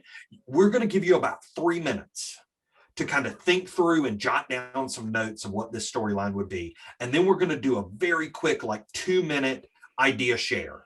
So we're going to try to pound through all 5 of these with a little bit of small group sharing. It's so very, very important for you to not only be able to think about the storylines, but to get really quick in thinking about them. Because guess what? We don't have all the time in the world to just be like, hey, you know what I think I'm going to do today? I'm going to think about stories to tell. Never met a Main Street manager that had that much time in their schedule, right? So we want to start to be really efficient with it. So I created 5 different prompts that I feel like will be, I don't think they'll be challenging for you, but I think that they will be, hopefully they'll get your wheels turning. So the first one is, tell me a story about an exciting new business in your downtown. So think about all the stuff that started up recently and think about the ones that you really like telling others about, or think about the ones that maybe they're interesting, but people would never walk in them. And if they didn't walk in them, they wouldn't know what's going on. This could be anything from, I was in West Allis, Wisconsin, and they had a person who opened a downtown storefront where they were making like period Renaissance era swords for people that went to Renaissance fairs. Weird, okay, that's interesting, but like nobody would know that was ever going on. Think about what's going on and how would you tell that story and how would you share that? The second one, what is the event where people fall in love with your downtown? This forces you to think about the actual interactions that people have. And think about all those different events and where are you building affinity and building emotional connection. Number 3, where is cool created in your community? This doesn't have to be in your downtown. It could be anywhere. Sometimes you've got some of the coolest places might be out, on the edge. So think about who's creating cool. What place makes you happy every time you walk or bike there? Really, really interesting study that came out that showed that satisfaction of purchasing something for yourself lasts typically about 84 hours. And then it becomes part of your life and you get no visible stimulation from it anymore. Where investment in public spaces can create a response every single time you enter them. So if you go out and you spend $800 on a 80-inch flat screen TV, after 2.5 days, it's just part of your landscape and you're back to normal behavior. Walking through a pocket park in the downtown can literally create a stimulus in the same person every single day. So that's something really important to think about. And then the final question, who is the most interesting character in your town? This can be famous or infamous. I always love, we were in West Allis, Iowa, and I asked this question and everybody in the room raised their hand. And I called on the first person and they said, I got to tell you about a man named Booger Red. And as soon as they said that, everybody's hand went down because everybody wanted to tell me about Booger Red, the one-armed man. And, you know, you just never really know what that storyline is going to be. So those are going to be our prompts. We're going to work through that with a fast pace and then share a little bit internally. The moderators in each room are going to be listening to those stories. And then we're going to get our heads together at the beginning of lunch. And we might be asking some of you to share some of those stories with everybody as we move towards the end of the day. And with that, I'm going to kind of turn it over to Gayla to talk a little bit about the breakout room and kind of rules of order for that. All right, you want me to take it, Keith? Yep. All right. Well, I hope everybody had a fantastic lunch. Thank you for joining us. We had a little bit of a bet going with some of the staff about what numbers we were going to reach post lunch, and we're sitting at 118. I was guessing 122. So right now, speaker gets the points. But you know, I did see a couple other notes come in through the chat. Our friends in Monroe City are going to have to sneak out in about an hour because their boys are going on and playing for the state championship in basketball. So go black and gold. Congratulations on that. And I tell you, I really like to see the agenda slide just to see how much of the day we have gotten through. So what we've got, just so you can kind of know for the rest of the day, we've got about another hour where what I'm going to do is I'm going to share with you kind of some best practices and start to sneak peek some deliverables and things that are being used out in the wild. So I'm actually going to feature kind of a communication and brand system from a community in Michigan. And then we're going to go over and talk a little bit about a project that I worked on in Colorado, where I went to 25 different communities in Colorado and helped them kind of build storytelling systems for all of those communities. We're going to take a quick break at 2 o'clock barbecue, 3 o'clock sweet tea, and kind of stretch, get some sugar, get a coffee. Yeah, honestly, it's Friday. I think it's okay to open any kind of beverage you want at that point. And then we will come around the bend with a little bit of a presentation of some additional materials, kind of communication tools, which will then open up our second and final breakout session where we are going to do kind of some strategic planning for the year. And I'm actually really excited about it. I think that it will be more beneficial than it might sound. So we're going to hold off and I'll describe it right before then. And then we will kind of wrap around with sharing some of the ideas and some of the concepts that come out of that breakup, and then a final wrap up, and we will send you on your way. So hopefully we just hit 122. So I'm thrilled with that kind of turnout coming back after a lunch on a Friday, long day. And just want to thank everybody for your continued participation and attention. I'm going to try to keep this entertaining. Hopefully you might have accidentally learned something over the course of the morning. As we move into the afternoon, this stuff is fun for me. So I love to be able to kind of highlight some projects and tools and things that are going on. So this is an opportunity for us to share some communication in the wild. And one of the things that I always like to do when we talk about kind of communication and enhancing the way that our Main Street organizations communicate is I always like to kind of share a best practices example as it comes to a branding system and how all that kind of holds all of these messages together. And if you've ever sat through a presentation, you've probably seen an example of branding. I try to keep the stuff fresh, so I I essentially pulled like the last one that I did. So I worked in a community in Michigan last month. And so this is a system that we put together. It was a 3-day tech visit in Sheboygan, Michigan.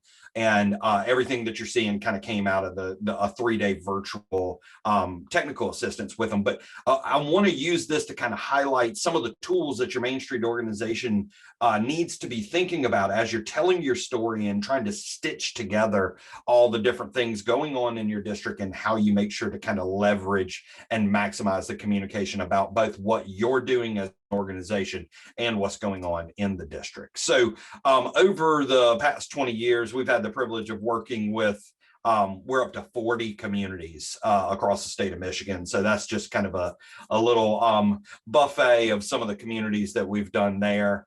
And what we always like to start with is we like to start with a brand toolbox. And this is something that as we're kind of showing this, think about what you have. Think about the tools at your disposal and whether or not you have access to these resources and this kind of consistency. So the first thing I always like to look at is the color palettes.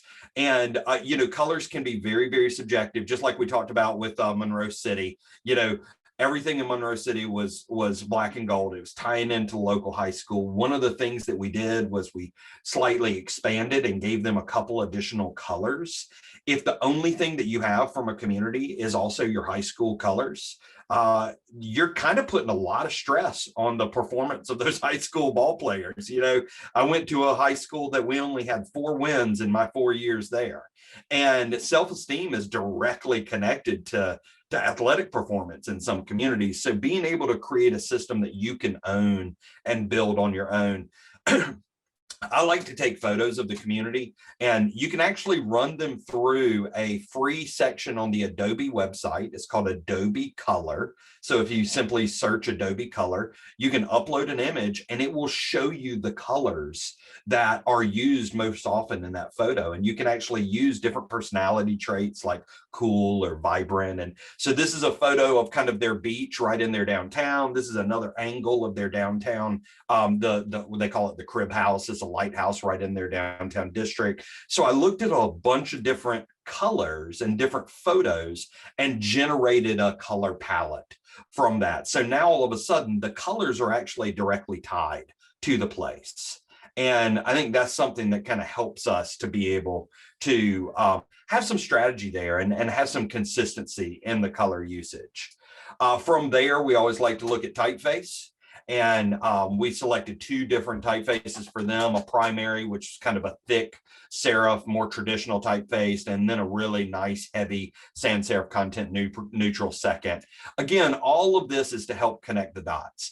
One of the things that we really find is, again, Main Streets are really, really good at doing. They're really good at finding creative solutions. We're really not necessarily the best at tooting our own horn. And we're also pretty bad about having these silos, whether it's the 4-point silo where one committee doesn't know what another's doing, or whether it's this organizational and event silo where it's kind of like, well, we want everything that we do for this event to look completely and totally different from what it looked like last year. So it's fresh. Well, you got to think about the consumer, like they need some continuity in there to connect those dots. So being able to introduce this idea of a word type, this is one of the big things that I think is really important for your community is your name is something that everybody shares. So having some sort of uniform word type is really important. And then an approach to graphics. Every single logo in this community had the lighthouse on it. Every single one had a different version. Every single one looked completely different.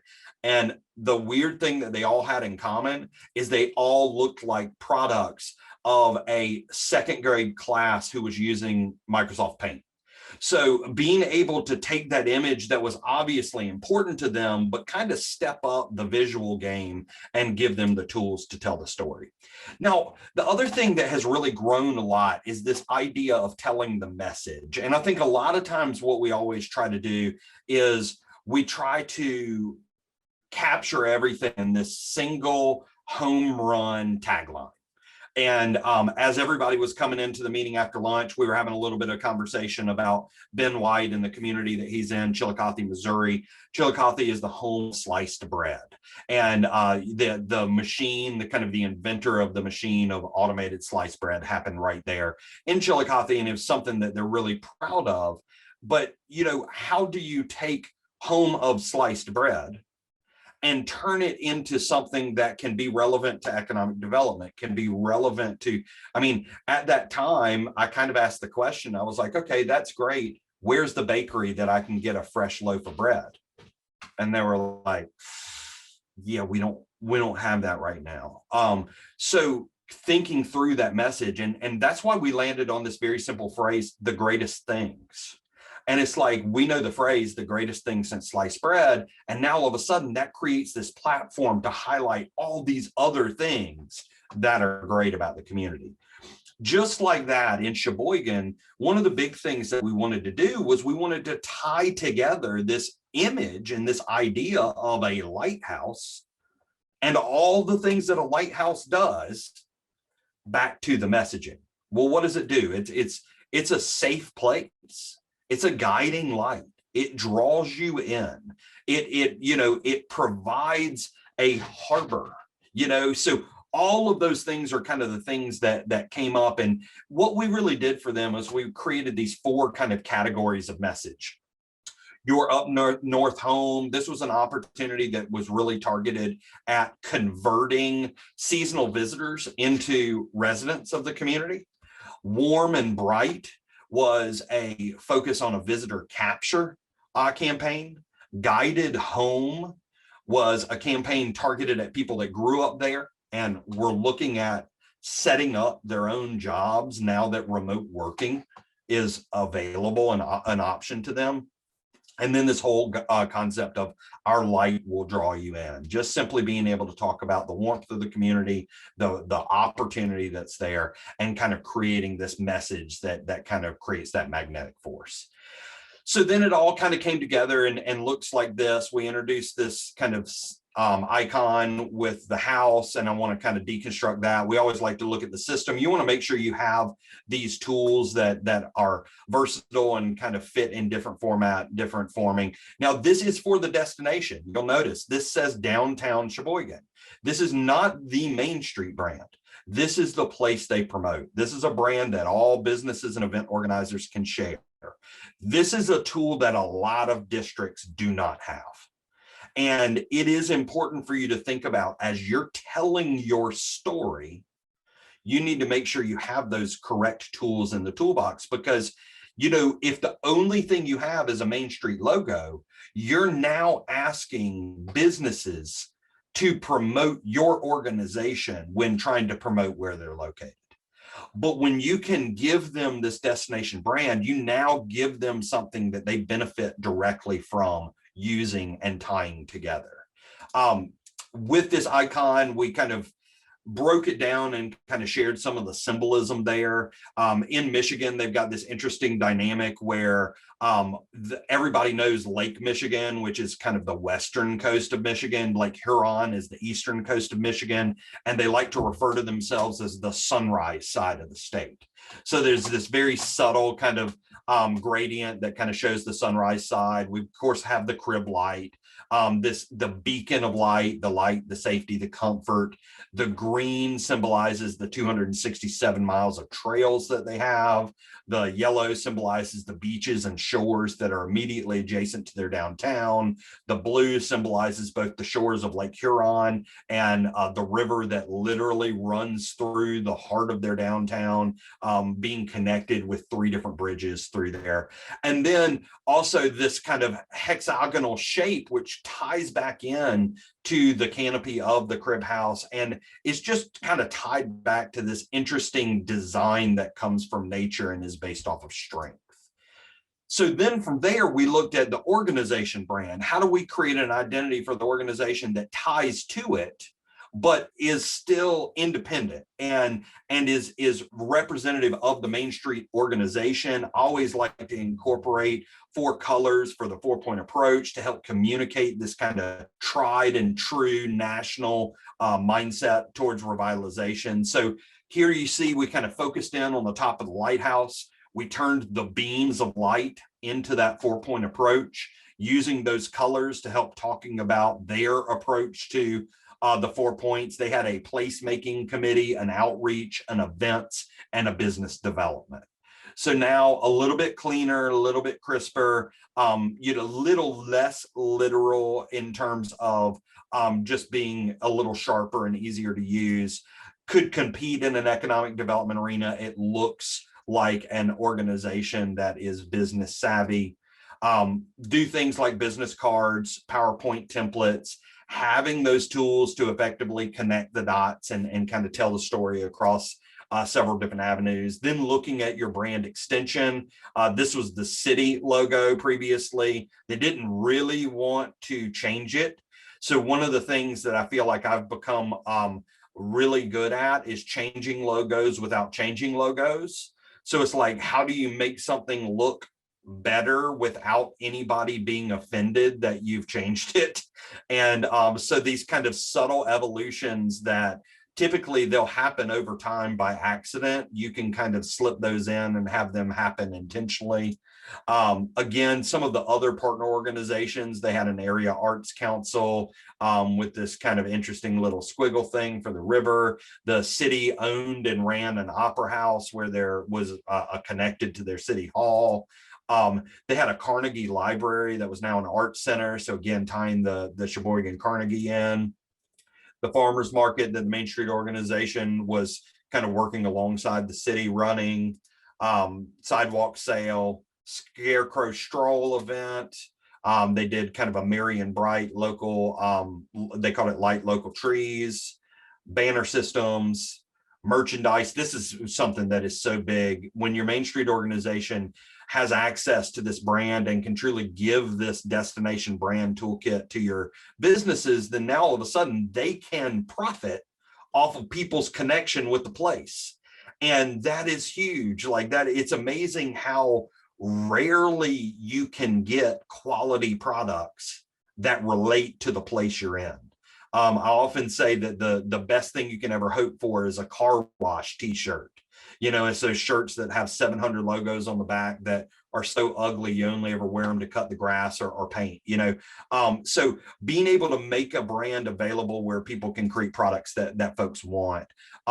In a community that is as cold as Sheboygan is, we even suggested doing things like volunteer sweatshirts, whereas folks were working on their kind of robust winter activity season, they could kind of show their pride in the organization. Creating products that are with premium brands. This is something that's very interesting that we miss out on a lot. Like I think about these communities that are, let's say that you're really working on doing an enhanced trail system and trying to connect regionally to outdoor recreation. Well, guess what? If you're going to create products, you don't have to go out and find the cheapest possible product to then put your logo on. In fact, sometimes it does you a lot better to go ahead and get a brand that carries with it value and then associate your brand with that brand. So perfect example, if you're trying to be an outdoor recreation mecca, if you're trying to be a hiking and outdoors center, then it goes a long way for somebody to walk up with a Patagonia vest with your logo on the other pocket. So starting to think about kind of absorbing pre-designed value from one place and contributing it somewhere else. Something else that's kind of funny there in Michigan, they're known for this hat that's called a Stormy Cromer, named after a minor league baseball player who apparently was playing up in the lake regions and the wind blew so hard that he couldn't ever keep his baseball hat on his head. So he had his wife sew this strip on that he could tie tight so it would keep the hat on his head. So they actually have a Stormy Cromer store and ale house right in their downtown. So you can go and buy one of these traditional Michigan hats and get a locally brewed beer as well. And then kind of looking at that brand adoption, having the tools to kind of think about what does a brand launch look like, what are the different phases of implementation, and being able to think about that all at once, having some sort of document that helps to kind of guide the consistent use of those brand tools, how to be a brand partner, how can other businesses and event organizers and organizations in your community take advantage and build meaning into that brand system. And then also one of the things that we've created is this brand score, and I'll talk about that again in a minute, but incorporating that all into your system so you start to think about holistic communication that is aimed at connecting the dots. And then from there, it kind of moved into this really, really interesting evolution with this project in Colorado. And what we were charged with was trying to help all these different Main Street organizations tell their story better, right? So sounds familiar. It's what we've been talking about all day. So what we launched was a program called Pickaxe. And Pickaxe, it had a really, really long governmental name that was like a economic guide to sustainable communities through identification of assets and efficient communication strategy, or some horrible thing like that, because the coordinator of the state program realized she could never get a grant just for storytelling, but that's what she wanted her communities to have. So what we did was we created this system with this goal of how do we go out and mine these gold nuggets for these communities and help them to share those kind of hidden gems that your community might have. This was kind of the little terminology. It identifies the audiences, creates a uniform platform for communication innovation, shares responsibility for communication amongst the full board, establishes a baseline of institutional knowledge. So one of the things that has been so exciting about talking about the main 5 audiences, and at this point we've, Georgia, Missouri, we've talked to Michigan, Colorado, Florida, South Carolina, like we're up to like 12 or 14 states. And it just makes sense. So the more we talk about it, the more everybody is kind of working off this same platform. Once you kind of approach it from the same way, you can commiserate, you can share, and you can innovate together. And that really was the goal across the state of Colorado. So with this, we created kind of a 5-component approach. The first is that brand score, and I'll show you what that looks like. Prime 5 is just the adaptation of the main 5 we talked about this morning. Main changers is just the same idea as those street stories, like identifying the storylines, telling the stories. Targeted 10 was this goal of having a pre-existing pitch deck or presentation ready to pull and start any conversation from. And then roadmap was a strategic kind of calendar for your content. And so we're going to go through all of those things today. So let's start with brand score. Obviously, you just saw the brand system. The way that the brand score works is it's a self-scoring mechanism. And I'm going to share this with you in the final resources. Of course, it's here in the presentation as well. But what you do is you simply go through and you answer whether or not you have these things. The nice thing about it, it's not a judge of creativity. It is a judge of implementation. And it helps you to identify the low-hanging fruit. So we would always do a current score. This particular community scored 18 out of 100. Not a real high score, but they were also a really new community. They'd only been doing this for about 1.5 years. So just so you know, typically our kind of younger communities that are still getting legs up underneath them, they're typically falling somewhere in the 30-35 point range. A little bit more mature communities are going to start to edge up into the low 60s. And then your really mature communities that have full brand systems and are really cooking with gas, they're going to start, getting up into your mid to high 80s and possibly even low 90s. It's a different scale than school. People always sit there and they're like, oh my God, I got a 38.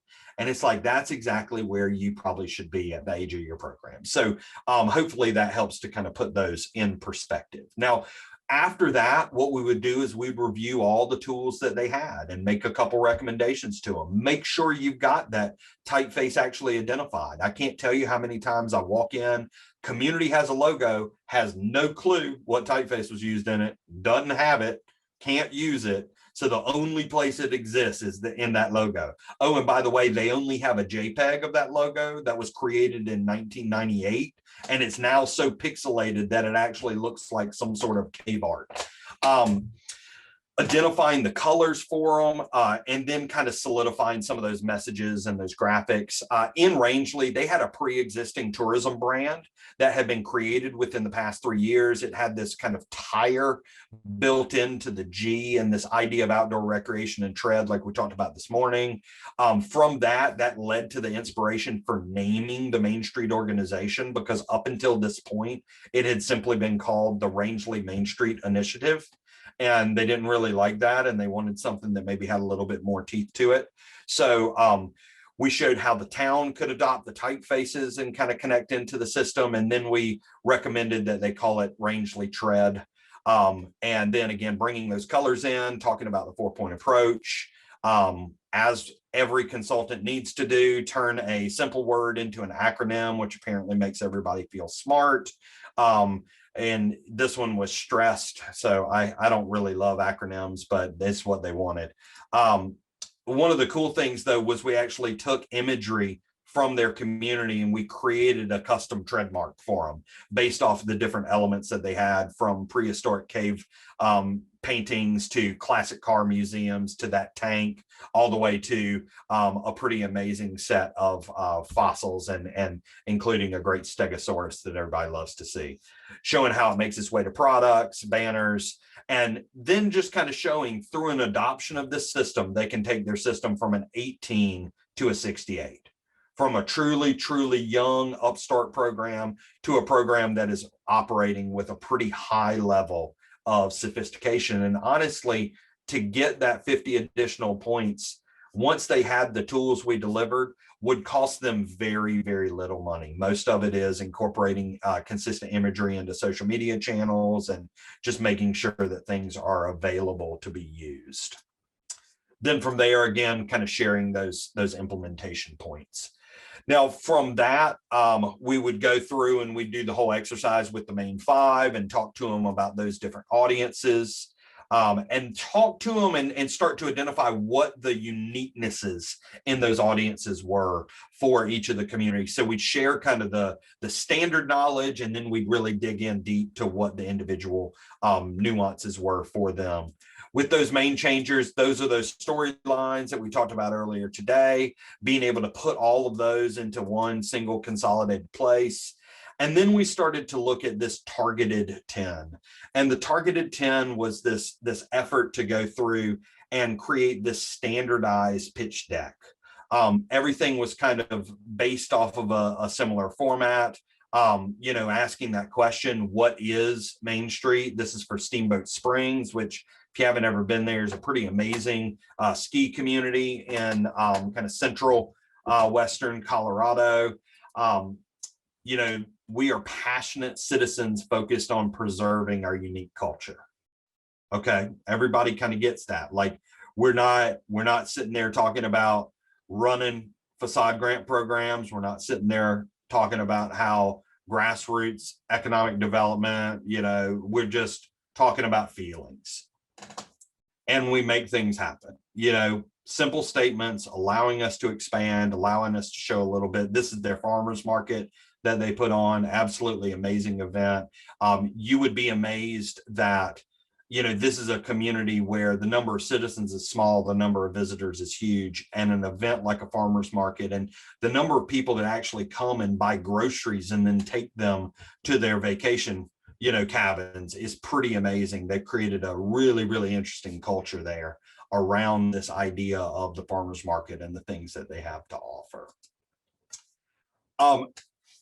This slide is so easy, and it also takes a tremendous amount of effort to make sure that you have these numbers. Like, can you off the top of your head name how many restaurants you have? Do you know how many shops you have? Being able to talk about those amenities.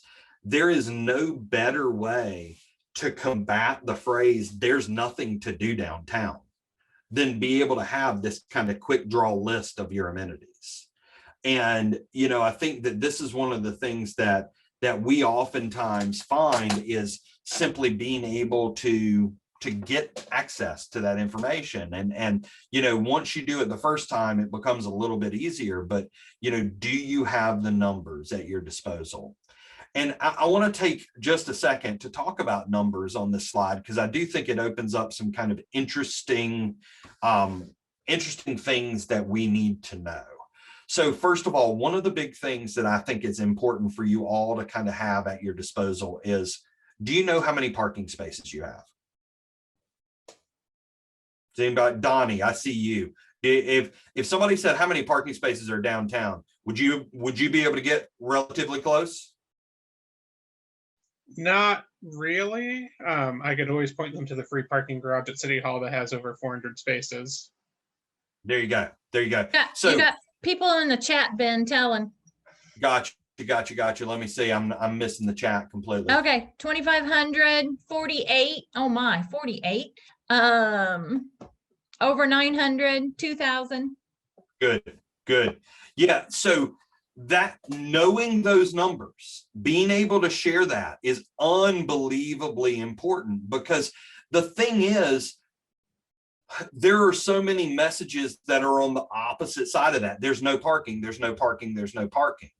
And it is amazing what happens when you take the message that you know is prevalent and simply tie the reality to it. We did an ad for State College, Pennsylvania, and it said there's nowhere to park downtown. Giant headline across the whole thing. There's nowhere to park downtown except for our 2,854 parking spaces. And it's just kind of like, guess what, guys? It's different than you think. You know, there are more than you might think there are. Another thing that is kind of an interesting one, and feel free to kind of throw this in the chat as well, because one of the big numbers that gets thrown around a lot, and the reason that I'm harping on this is because we already talked about this morning, you know, you've got emotion and story, and then you have statistics and data can be misleading. And one of the numbers I always like to kind of push people on is vacancy and vacancy rates.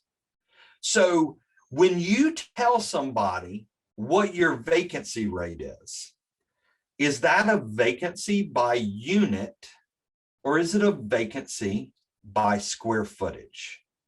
And if you don't understand what I mean by that, it's like, okay, let's say, and I'll do kind of a simple math problem. Let's say that you have 100 buildings in your downtown with a grand total of 100,000 square feet. 99 of those buildings are full. So you only have one vacancy. Some communities would say we're 99% full. And by unit count, that would technically be true. If that one vacant building was 25,000 square feet, then that means you're 75% full by square footage. There's this difference between the amount of space that you have and the number of units that you have. How are y'all sharing vacancy rates? Is it units? Units tend to be easier, so I find more organizations lean towards units than lean towards square footage. Drop that in the chat if you would. I would love to kind of know. Madison's units, Lori's units, and Joplin, Kirksville's units. Does anybody have a total retail square footage for their downtown? I would love to know whether anybody has that number at their disposal. And don't feel bad if you don't. That's actually a really tough thing to get your hands on. It either means that you're a really, really small community, or you've got some really sophisticated data that's been collected in the past. Yep. So just like we see Hannah and Rachel are saying, we've done units in the past, but the square footage thing is much more appropriate because they have a few buildings that are vacant, but they're huge.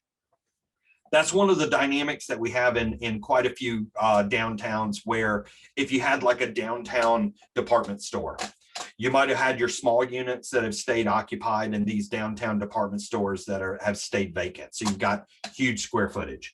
Let's see, Brandy in Georgia, we had over 28% vacant when I started. Now we're at less than 8%. And being able to measure that kind of growth makes a huge, huge difference. Now, Lori asked, does everyone count upper floors? That is really interesting. I will tell you that I have found most people avoid upper floors as even existing. They like to pretend like they're non-existent because nobody wants those used against them. But that is a good question. Brandy says that they do count upper units. So that would be really, that is really interesting. Now, one of the things that, let's see, we have all of the square foot data in Maestro for each of our buildings, but we'd have to calculate the total. So there are some different ways to do it and some different approaches to it. But again, I don't want you to get too hung up on it. I mean, these are interesting numbers to dig into, but it's also one of those things where if you're going to spend 3 days figuring out what your vacancy is by square footage versus spending 3 days on the ground helping your business owners, I think there's probably a reason why we're leaning the direction we are. And you know, we've got the information that we have. And sometimes it's best just to kind of spitball. It feels like we're about 10% empty. And you know what? Sometimes that just kind of works okay for a little while.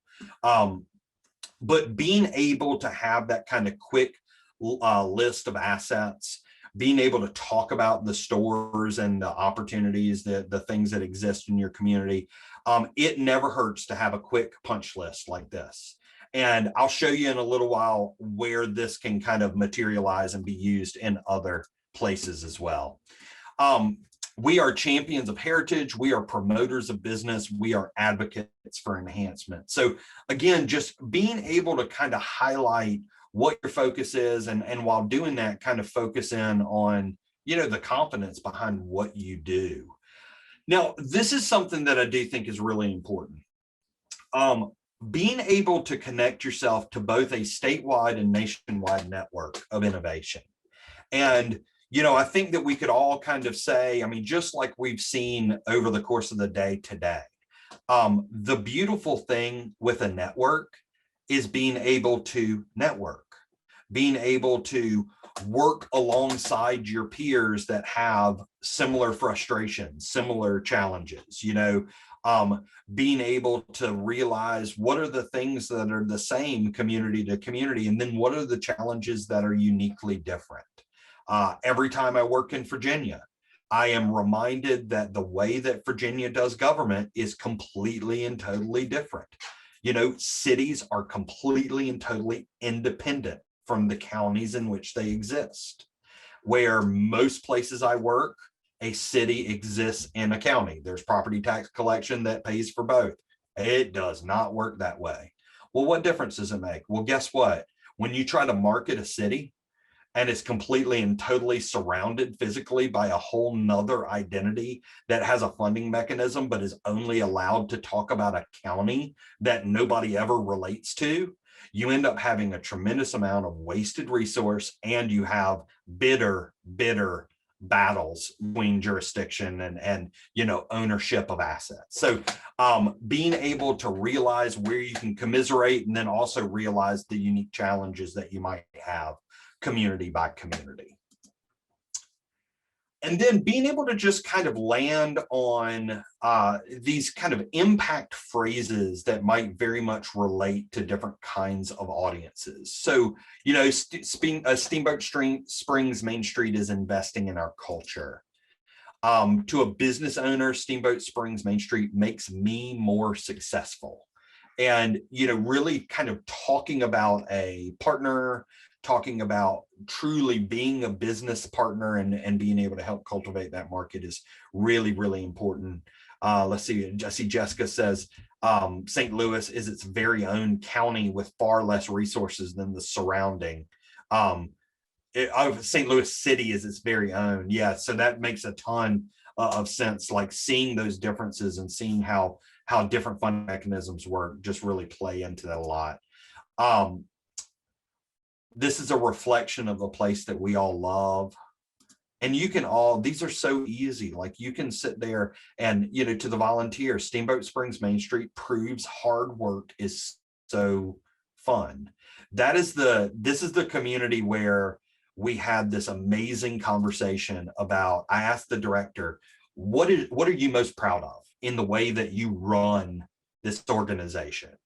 And she said, I'll tell you what, the thing that I love is that every single volunteer opportunity we offer becomes a social time. Our volunteers bring friends. And, you know, when one person signs up, you can generally guess that 3 people will be there. And I was like, wow, that's awesome. And it's just because the way that they don't ever really take anything overly serious. They get their job done and they have a good time doing it. And then they make sure to celebrate afterwards. And because of that, it's become this culture of inclusion and constantly bringing tag-alongs. And tag-alongs are encouraged. And it's like, we'll always have enough work to do. And there certainly is always enough party to do afterwards. And that's this great kind of culture and mindset to have. And then this idea of really positioning yourself as the perfect partner and being able to kind of go through and really talk about the role that you play as it relates to the local government and all of the things that you can do efficiently, all the things that you can provide to a community. Like in a perfect world, a Main Street organization serves to be the perfect carrot when a city needs to oftentimes wield the stick. You know, the city is the one who needs to be upholding your code and doing all your code enforcement and going out there and kind of dropping the nasty grams, you know, and kind of saying, hey, you know, you got to clean up, you got to cut your grass, you got to clean your windows. In fact, while we were talking earlier today, I had a photo from one of our friends in the place industry of a downtown storefront, and literally the window had become so dirty that it had become a place for every single person to start drawing pictures on. And it's like nobody cleaned it. They just didn't clean it. And it was just absolutely crazy. And it's like, these are the little things that being able to have this kind of both ends of the spectrum in cultivating the market, having that carrot, that stick, having you be able to be the good guy and have those relationships, you have a little bit more ability to create that positive relationship where most cities come at it with more of a culture of kind of saying, hey, these are the things you can't do. These are the things that you will get in trouble if you don't do. And you get to be that partner. And then even kind of thinking about specific ways that you can market some of those signature events or catalyst activities that you put on in your community. Don't just think about it as a farmer's market. Deconstruct that event, really think about all the amazing things that happen at those markets. You're not doing the market for a market. You're doing the market so that the community can come together. You're doing the market so that this energy gets created and it's a spark for so many other things. And then kind of always being able to craft those different calls to action and being able to kind of know where you go from there and what you want to ask a particular audience for. And what I'm going to do is I'm going to talk real quickly about this is a resource that I'm sharing with you. This is originally we were kind of talking about doing this together as a breakout. And then we decided, this is a little bit more, this is probably better for the organization to dig to on its own. But this is just a very, very simple framework for kind of an 8-step intro to just about any conversation. So the first thing that I always like to say is think about that first tone image. Like if you can put one dominant image on the front slide capturing the best energy of your district, do you know what that photo would be? And do you have that photo? And is that photo recent enough that it no longer features people wearing, shoulder pads and like is it a promotion for the district, or does it look like a White Rain ad from 1984? Right. So being able to make sure that you have the images that are appropriate and being able to kind of set that tone. Then in that second slide, the names and faces of your board. Can you quickly convey, look at all these voices, look at all these different people that are contributing to this movement? That's a powerful message. That's where you can throw some of those numbers out, your businesses served, or some of that stuff. In slide 3, if you were to go out and get the voice of one of your donors or sponsors, do you know who that would be? And do you know what they would say? Would you be able to get a good testimony from them? Would they be able to tell you how supporting you has helped them? Not how supporting you made them feel good, and not why they think supporting you is good for them. Like, what's the benefit? Did you see sales go up? Did you see people like where is that true testimony? With the second, if you had one business owner or building owner that you would go to give you that story, do you know who it would be? And what kind of things would they say? And are they going to fit into the message that you're looking for? From there, that idea that kind of appeals to the public. Why should people discover downtown? What's that compelling advantage? How are you going to position the values afforded from being in downtown so that you know that it combats all the other things that people are, well, it's hard to park down there. Yeah, it might be hard to park, but guess what? We actually have staff that acknowledge your existence. That's kind of funny. Right? Do you want to buy something from a person or from a computer that doesn't work? I don't know. Hey, it's your pick, right? This is a place where you can actually be treated like a person. How does that sound? So being able to figure out those ways that you convey those messages and values and experiences directly to the public. Slide 6, who would be the voice of the volunteers? If you had a person who was giving of their time and talent to your organization, who would you spotlight? Is that an easy one to pick out? And would their testimony be magnetic? Would it draw other people in? Would it make others want to be involved? Slide 7, who would be the voice of government? If you had to have somebody come out and speak to the impact of your organization from an official standpoint, would you be able to get that from one of your elected officials? Would you be able to get that from your mayor? Would that come from your city council? From your city manager? Would that come from your local legislator?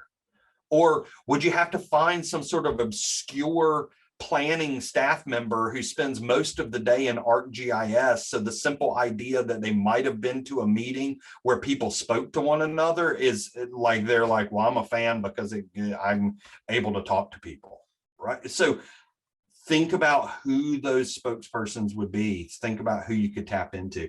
And then in that kind of slide 8, that's where your strategy comes in. That's where you spend. That's where you spend to who's my audience and what's my ask. Where do we start to get to business, and how do we start to dig in and start to turn this into a productive interaction? But I think that that's a really, really good way to set the tone for who you are and what you do, and kind of grease the wheels by starting with stories and then easing you into the ask. Does that make sense to everybody?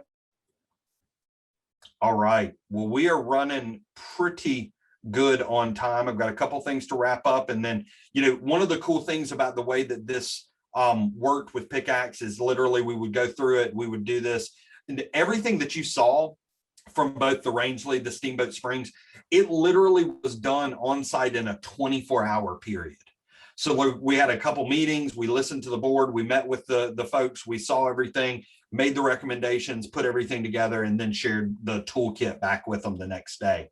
I am more than happy to share with you all a couple of examples of those if you'd like to look at them. It's very systematic, so you're going to see a lot of similarity in terms of the way the content's approached, but then you'll also be able to witness some of the individuality as it changes from community to community. And then one of the other things that we included in there was, and this is not necessarily universal for everybody, but we started to really kind of highlight this idea of having a photo checklist. And if it's not a checklist, having a photo digital library that allows people to look at it and share to it is really, really great. And, you know, one of the things I think about it is this idea of, you know, you get one or two really good money shots and you know that they're good, and then you use them over and over and over again. But like, let's say that you're this great small Missouri town or Georgia town with this kind of county square setup with that courthouse in the middle, and you got this great look and feel. You can't just have a photo of the courthouse. Do you have it during the day? Do you have it at night? Do you have it when everything's blooming? Do you have it from a drone? Do you have it when it's decorated for Christmas? Do you have it when it snows? And like starting to think through all those things. And then perfect example with the farmer's market. Okay, if you're going to do a farmer's market, you're going to do an event. Do you have photos of the event being set up? Do you have detail shots of the produce? Do you have product detail? Do you have vendor shots? And do you have the almighty transaction shot? Things being bought. Whoa, that's an amazing concept. And see, what ends up happening is we get so busy in planning that when the event goes on, we don't document it because we're doing it. So we can't document it because we're doing it. And then all of that work, all of that imagery, all of those images and experiences that you're creating, they kind of fade into the ether because you don't have the ability to share them after the event's over. So integrating a strategic photo library into your system is extremely, extremely important. And then the final section, and this kind of segue into a couple of our additional recommendations and kind of examples after the break, is just starting to think strategically about your communication. Okay, so what you're seeing here is this is kind of a graphic representation of different mediums that you could use: Facebook, Instagram, paid print, earned media, press releases, presentations, websites, meetings, and then simply using colors to kind of focus on when we might communicate to certain audiences. Okay, and we'll talk through that a little bit deeper as we get into our exercise. So being able to kind of think about, okay, so how are we using mediums, and then also how frequently are we communicating to these individual audiences, and does that make sense? And then kind of the final thing, this is just an example of a little bit more detailed breakdown that we did for Rangeley. So with that, right on the dot, it brings us to our break time. All right, we're back. We ready? We are. When the music stops, everybody sits down. I can't believe we've been at this all day.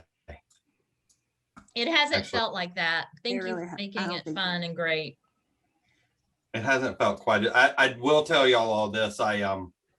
My wife had to go and pick up our youngest from school, which is typically my job, and she's in the process of designing a giant kind of garden or park system that's also a water control facility for a big city in the northern part of the state. So she was having this like complicated meeting right up until the point that she left, and then she's planning on kind of going to a series of greenhouses and grabbing some stuff after it.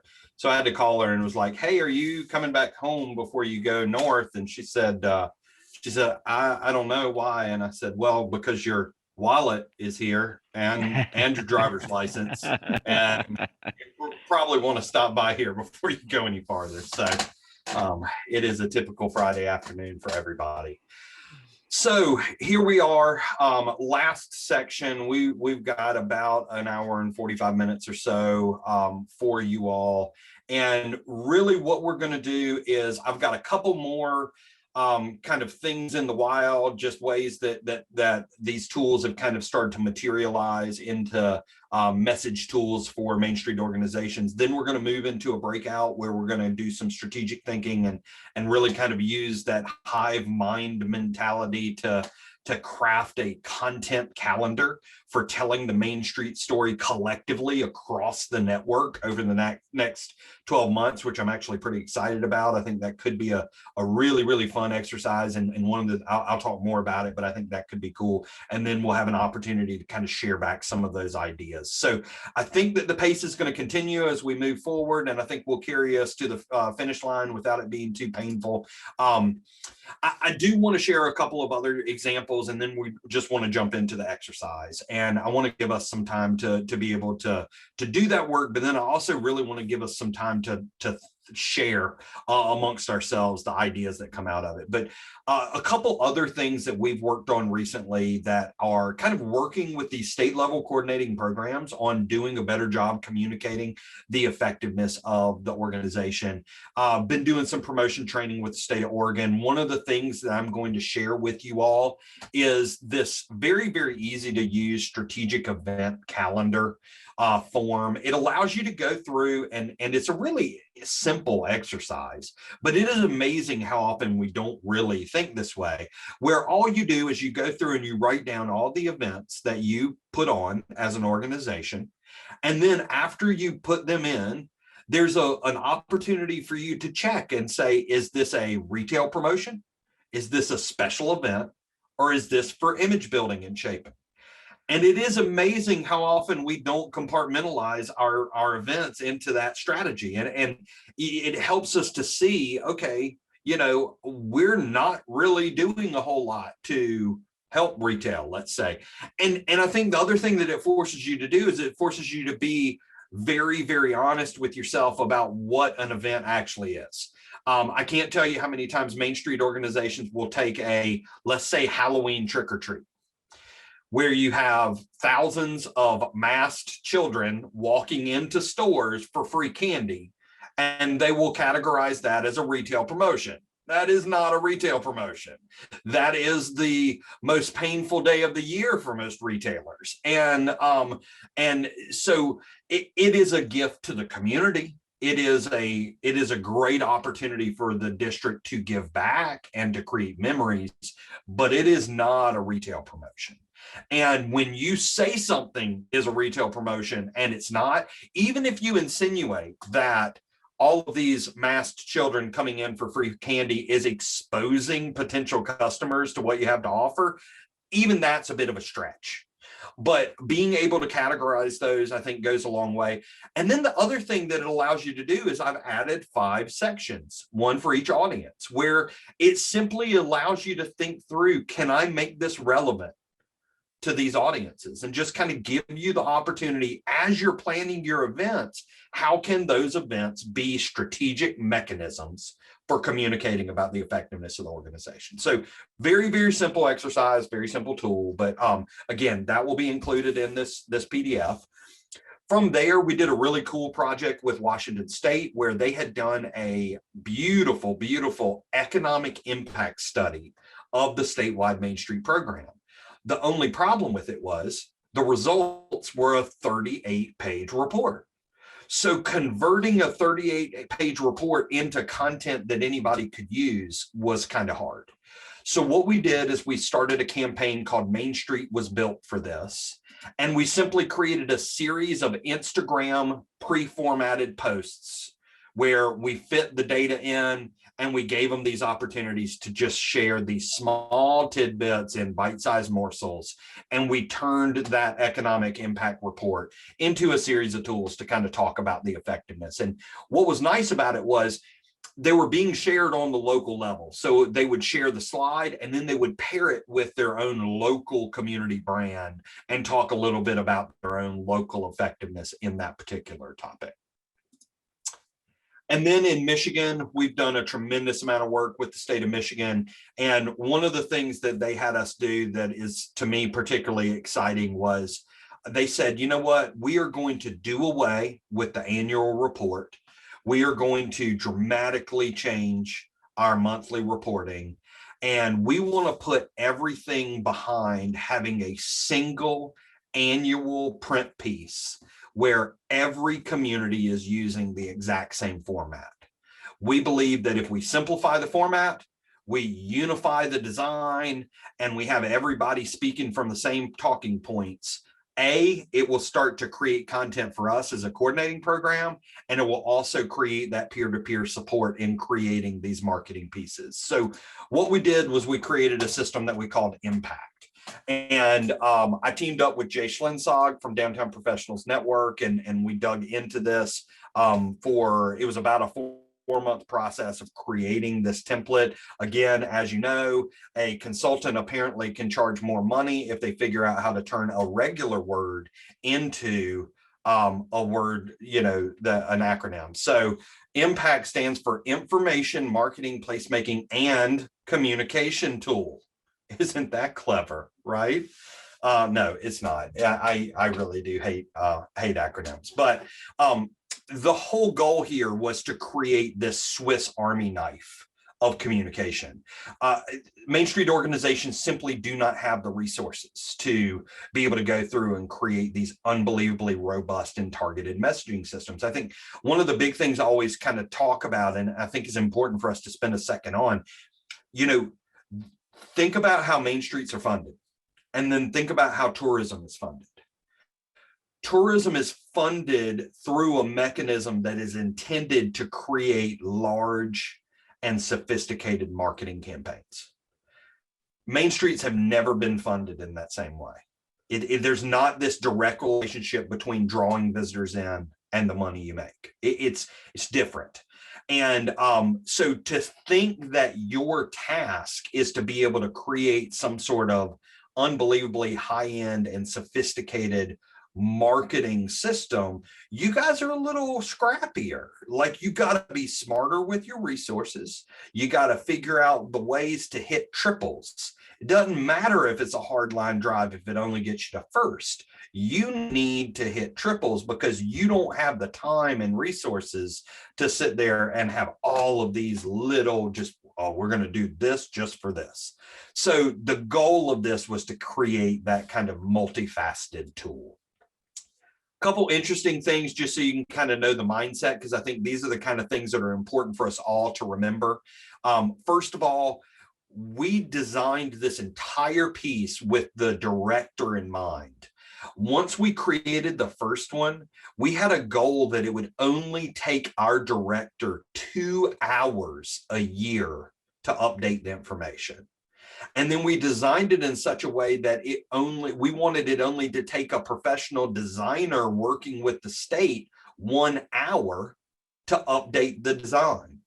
We came in at 42 minutes in the first year of updates for the designer. And we had reports that kind of range between low end of an hour, high end of 3 hours for the managers. So overall, they were remarkably impressed with how little effort it took for them to update the data.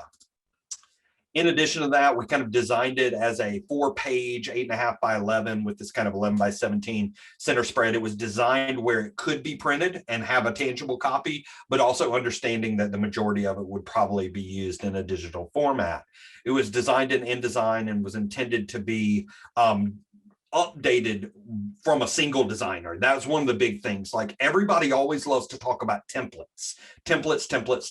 But when you get through and try to pass those templates on to the individual communities, and then the moment that you release it, you have broken the system, because there are just too many different computers and too many different skill sets and too many different ways that they can make it better. So being able to keep that design centralized was key to this. This shows you kind of the cover. We had an opportunity to have a dominant photo on the front cover. We had an opportunity to highlight both the organizational brand and the downtown brand, spotlight some of those numbers, those impact numbers running along the left-hand side with the state of downtown, kind of forcing the organization to have a really impactful single paragraph statement, and then a quick summary of what their goals were, and then kind of what we called the invitation. once you start to look at the inside, and the inside, we had a series of highlights on the 3 transformational strategies and initiatives that they were going through for that with the community. Reinvestment stats, here's where our numbers came in. Guess what? We had big pictures and touchy-feely before we ever hit our numbers. Looking at highlighting programs that we provide, pull quote from business owner, more analytics with kind of drive time numbers and in demand of businesses that were generated from an online community survey, a spotlight of a particular project that they were excited to share, a visual spotlight highlighting one of their big volunteers. And then this is some additional data, but some really interesting stuff, whether it's original data from a survey, whether it's some of their social media reach numbers, volunteer impact numbers, and even a visual breakdown of where their money comes from and where their money goes. And then to conclude on the back, we have an impact column of the events and attendance and some of those things that happen. And then we gave 2 columns to connect them back into overall impacts from the statewide coordinating program. And what was beautiful about this system was it was designed in such a way where we were giving a Word document to every manager. It walked them through every section. They were able to simply fill in the blanks, complete folder structure where they just copied the folders, and then everything was exactly where it needed to be for the designer to take it and run with it. They were able to incorporate their own brand colors, so it looked and felt like the community, but the overall design is truly consistent. And then one of the great things from the state coordinating program standpoint is because everything existed in these modular blocks, they were able to pick and choose different elements and create these composite highlight documents that were really featuring some of the best stories from all these different communities. In addition to that, we did some additional training for them. We really dug into storytelling. We kind of highlighted the idea of how to tell the stories about these different projects and the difference between writing an article and writing a blurb. And believe it or not, that it is kind of a big difference. It's like when you ask somebody to write something, it's actually really hard to write 2 sentences about something. I know it's not long, but that means that it's got to be compelling.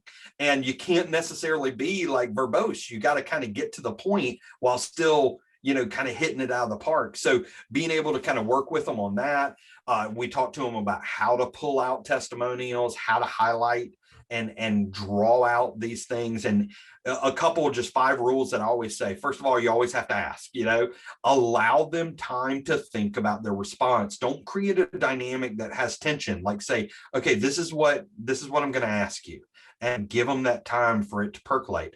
Some people think a lot better if they're able to just kind of write it down. So sometimes it's just, hey, I'd love it if you could answer this question for me, and, let them write it back to you. Ask leading questions. If let's say that you're working on a grant application and what you need the quote to say, you can kind of lead into that. You can kind of build in the question in such a way where you're going to get kind of where you need to go. And to be honest, if you need something that is extremely specific, go ahead and just make it clear what you're looking for and allow people to respond, understanding what the purpose of the quote is in mind. I've got a couple great examples. This is one of the cool things that they do is they'll take a downtown business owner and they'll do Q&A. So they'll just have a series of questions and allow them to answer. They publish the whole Q&A as kind of a spotlight feature, but then they pull some of those responses and throw them into a database of testimonial quotes. So they're sitting there ready to go. Another thing that Lindsay does, she's the manager there in Charlevoix, is if she needs quotes, she'll go to Facebook and she'll literally just say, writing a grant report, need the following, a quote from a community member who uses Hoop Skirt Alley, and then bam, people just start commenting. And then she copies those comments out, pastes them into a Word document, and she keeps those to be able to go back and quickly reference. And she turns those into testimonial quotes throughout the course of the year. So you remember when we used to say, hey, you need to go get a testimonial, and that meant, oh my God, I have to think about who I'm going to ask. Then I have to go and leave my office. And it means I have to put on a face mask. And then I have to go to their place and they got to put on a face mask. And then I got to ask them a math question about what this. And then now all you have to do is just go to Facebook, ask the question, and let them answer. And it's amazing how much easier it's become, but it also is amazing how rarely we use that. So being able to go through, ask for quotes, get testimonials, and then turn around and use them in an efficient way after the fact. This is another example from Milan, Michigan. They did a very similar dynamic where they were asking people about how they would promote Milan. And they literally did a series of Instagram posts where they would just cut the person out, put them on a solid color background from their brand palette, and then do kind of a multi-slide Instagram post where they'd feature the photo, feature the quote, feature the photo, and it's beautiful. Really, really impactful, really slick, and just gave a lot of image and voice to the members of the community. That goes a long way. And you can imagine going through and creating this series, this kind of campaign, but then can you imagine how impactful it would be to then turn that into a poster and have a poster that had all these faces and phrases on it? Like, those are the kind of things where it's like, once you have the tools, you can use that content in a whole lot of different ways. So something to think about there. And then the final thing that I want to share, which is kind of the segue into our breakout session today, is the work that, and this is literally, to say this is hot off the presses would be an understatement, in that A, it hasn't been approved, and B, it certainly hasn't been introduced to the Main Street managers in the state yet. But that's just a technicality. We're sharing it with them on the 25th. This is the newest thing that we're working on with Mary, and she is really, really excited about it. And the first thing that she kind of came to us with is this great opportunity that came out of nowhere, where she was like, hey, we've got a great relationship with tourism. So I was thinking, we need to do a Main Street trail. And we need to tell the story about connecting the dots between all of Alabama's Main Street communities. And I think the state, if we make a trail, they'll promote it for us. Well, if you know anything about Alabama, their tourism campaign is playing off of the Alabama song, Sweet Home Alabama. Leonard Skinner song, Sweet Home Alabama. And, you know, so their tagline is just Sweet Home. And they actually paid $75,000 for exclusive rights to use Sweet Home, so they can use it to market things in the state. So we simply came up with this idea of Sweet Hometowns. And we played off of their same color system, played off of their same type, but then just creating this Main Street tour. This is something that a lot of states are looking at. North Carolina has just launched a trail called Main to Main, and are doing some real efforts to help local communities to maximize economic impact of folks that are doing this kind of small town tourism. But the thing that's really interesting there was, and Mary asked for help with advocacy. They want to do a better job telling the story of what the programs are doing locally. And what we came up with is what we call Advocacy Ally. And we wanted to create a series where we could kind of highlight the uniqueness of Alabama and build that into a messaging platform. So we came up with a series of words that end with AL that are featuring, they would be themes for the month. You know, they would allow us to kind of have a focus of our conversation. And we would be able to kind of wrap our conversation around certain thoughts. And of course, I'm dyslexic, and exercises like this are hard for me. So every time I would come up with a really great word, my brother would inform me that it doesn't end with AL, it ends with OL, or, you know, it's like impactful. Nope, that's UL. So, you know, going through that exercise, I think was one that was a little challenging, but you know, creating a series of messaging templates, introducing the theme for the month was really important. But where it starts to get really interesting is this idea of the monthly content prompts, where we explain what the theme is about, and then we kind of break down ideas of how do we hammer this point home over the course of the year. I think that this kind of infrastructure would be remarkably beneficial to our state programs. And I hope that you can see where if everybody was working off of the same prompts, then now all of a sudden your messages start to actually amplify off of one another. They start to play in concert with one another. And in a world of social media where all these messages become intertwined, if you start to play off and use some of these kind of these thoughts that bring things together, then all of a sudden, you're getting some real magic there. And I think that that's what we would love to kind of tackle today. So want to introduce what our thoughts are. All of our team leaders in our breakout sessions have a series of PDFs that are literally going to walk us through the year.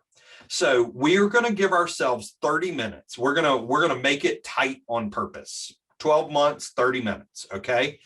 And the things that we're going to try to accomplish is we need to think about what's unique about that month, what's kind of getting things going, where do we fit into the course of the year, what are all the challenges and the ways that our community might be changing during that time period, what are the themes, the holidays, the things we need to think of, how do we create a message for that month?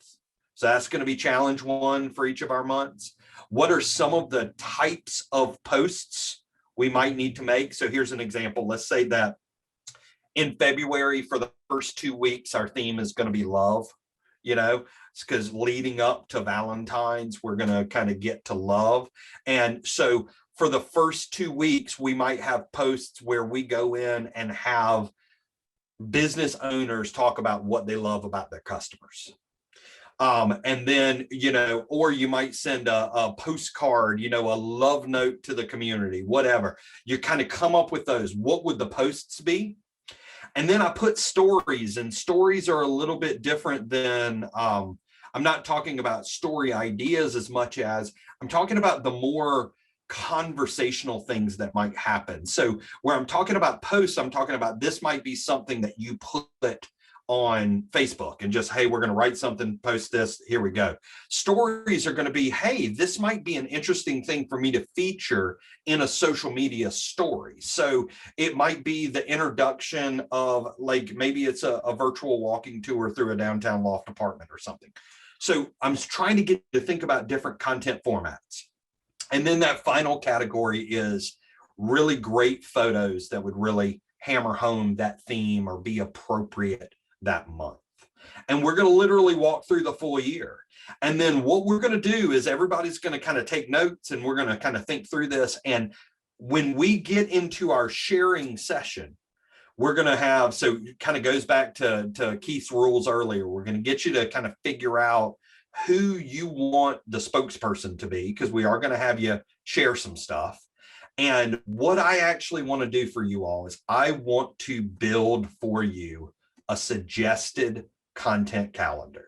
So it's going to make a little work for me after the fact, but what I'm going to listen, take that stuff in, and I'm literally going to build a framework content calendar, and I will share that back to you all next week. Does that sound fair? So in exchange for you participating in the breakout, we're going to give this great kind of unified framework for creating your own content and knowing that we're kind of singing from the same orchestra. Make sense to everybody?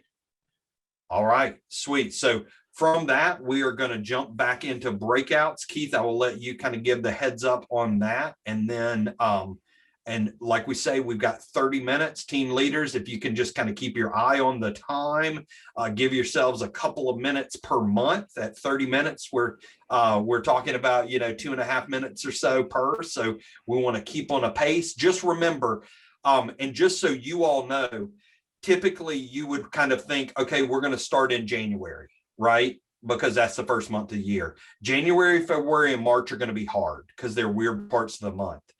Since we're already in mid-March, what I've done is I've put y'all starting in July.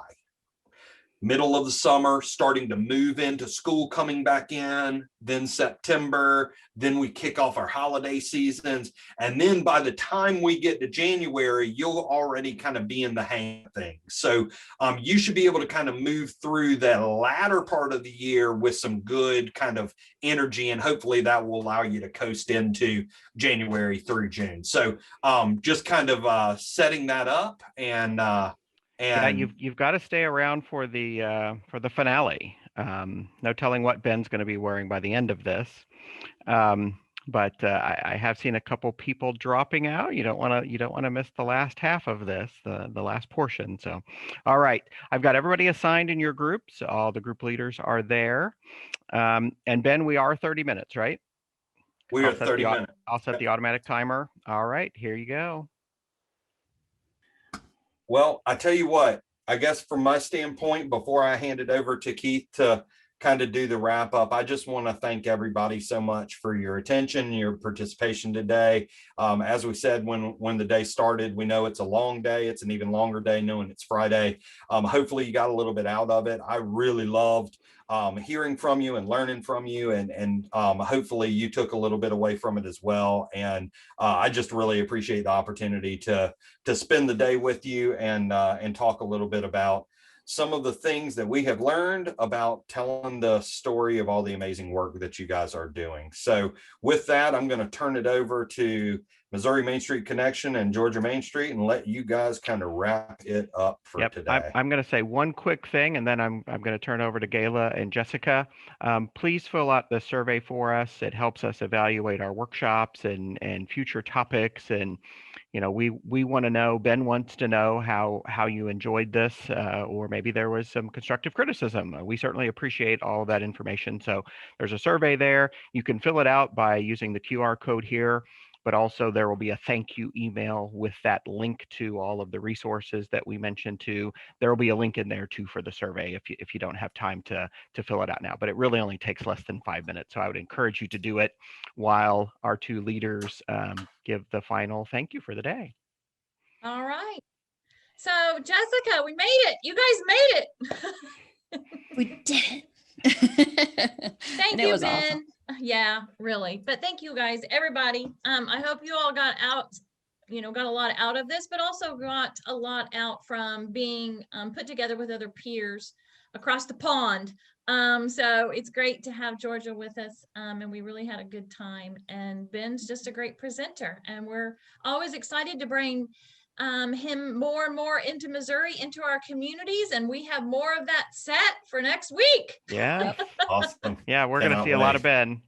Woohoo! Yeah, no doubt. I just want to say a quick thank you to Gayla and the entire Missouri Main Street crew for letting us crash the party, for being so willing and so game to do it, and all the effort and energy that you took behind the scenes of coordinating all this, making sure that everybody had what they need. You guys have been incredible to work with, and I appreciate all the time and energy that you put into making this event happen. So thank you so much. And to my Georgia Main Street folks, thank y'all for being here and participating today. It was so great seeing you guys. And please take the survey. And if you have anything else that you would like to hear from Ben, maybe, we can work to bring him to Georgia and do some work with Georgia Main Street as well. So if there's anything else you'd like to hear more on, just reach out to me, shoot me a text or send me a little email, let me know. But thank you guys for. We're so glad you joined us. Yeah, it was fun. Yeah, this was a ton of fun, everybody. Thank you so much, and have a great weekend. And if my clock is right, we are hitting 5 o'clock on the dot, right on the dot. 4 o'clock barbecue. So y'all, thank you so much. Have a great weekend, and we will see you all soon. Thanks, everybody. Thank you.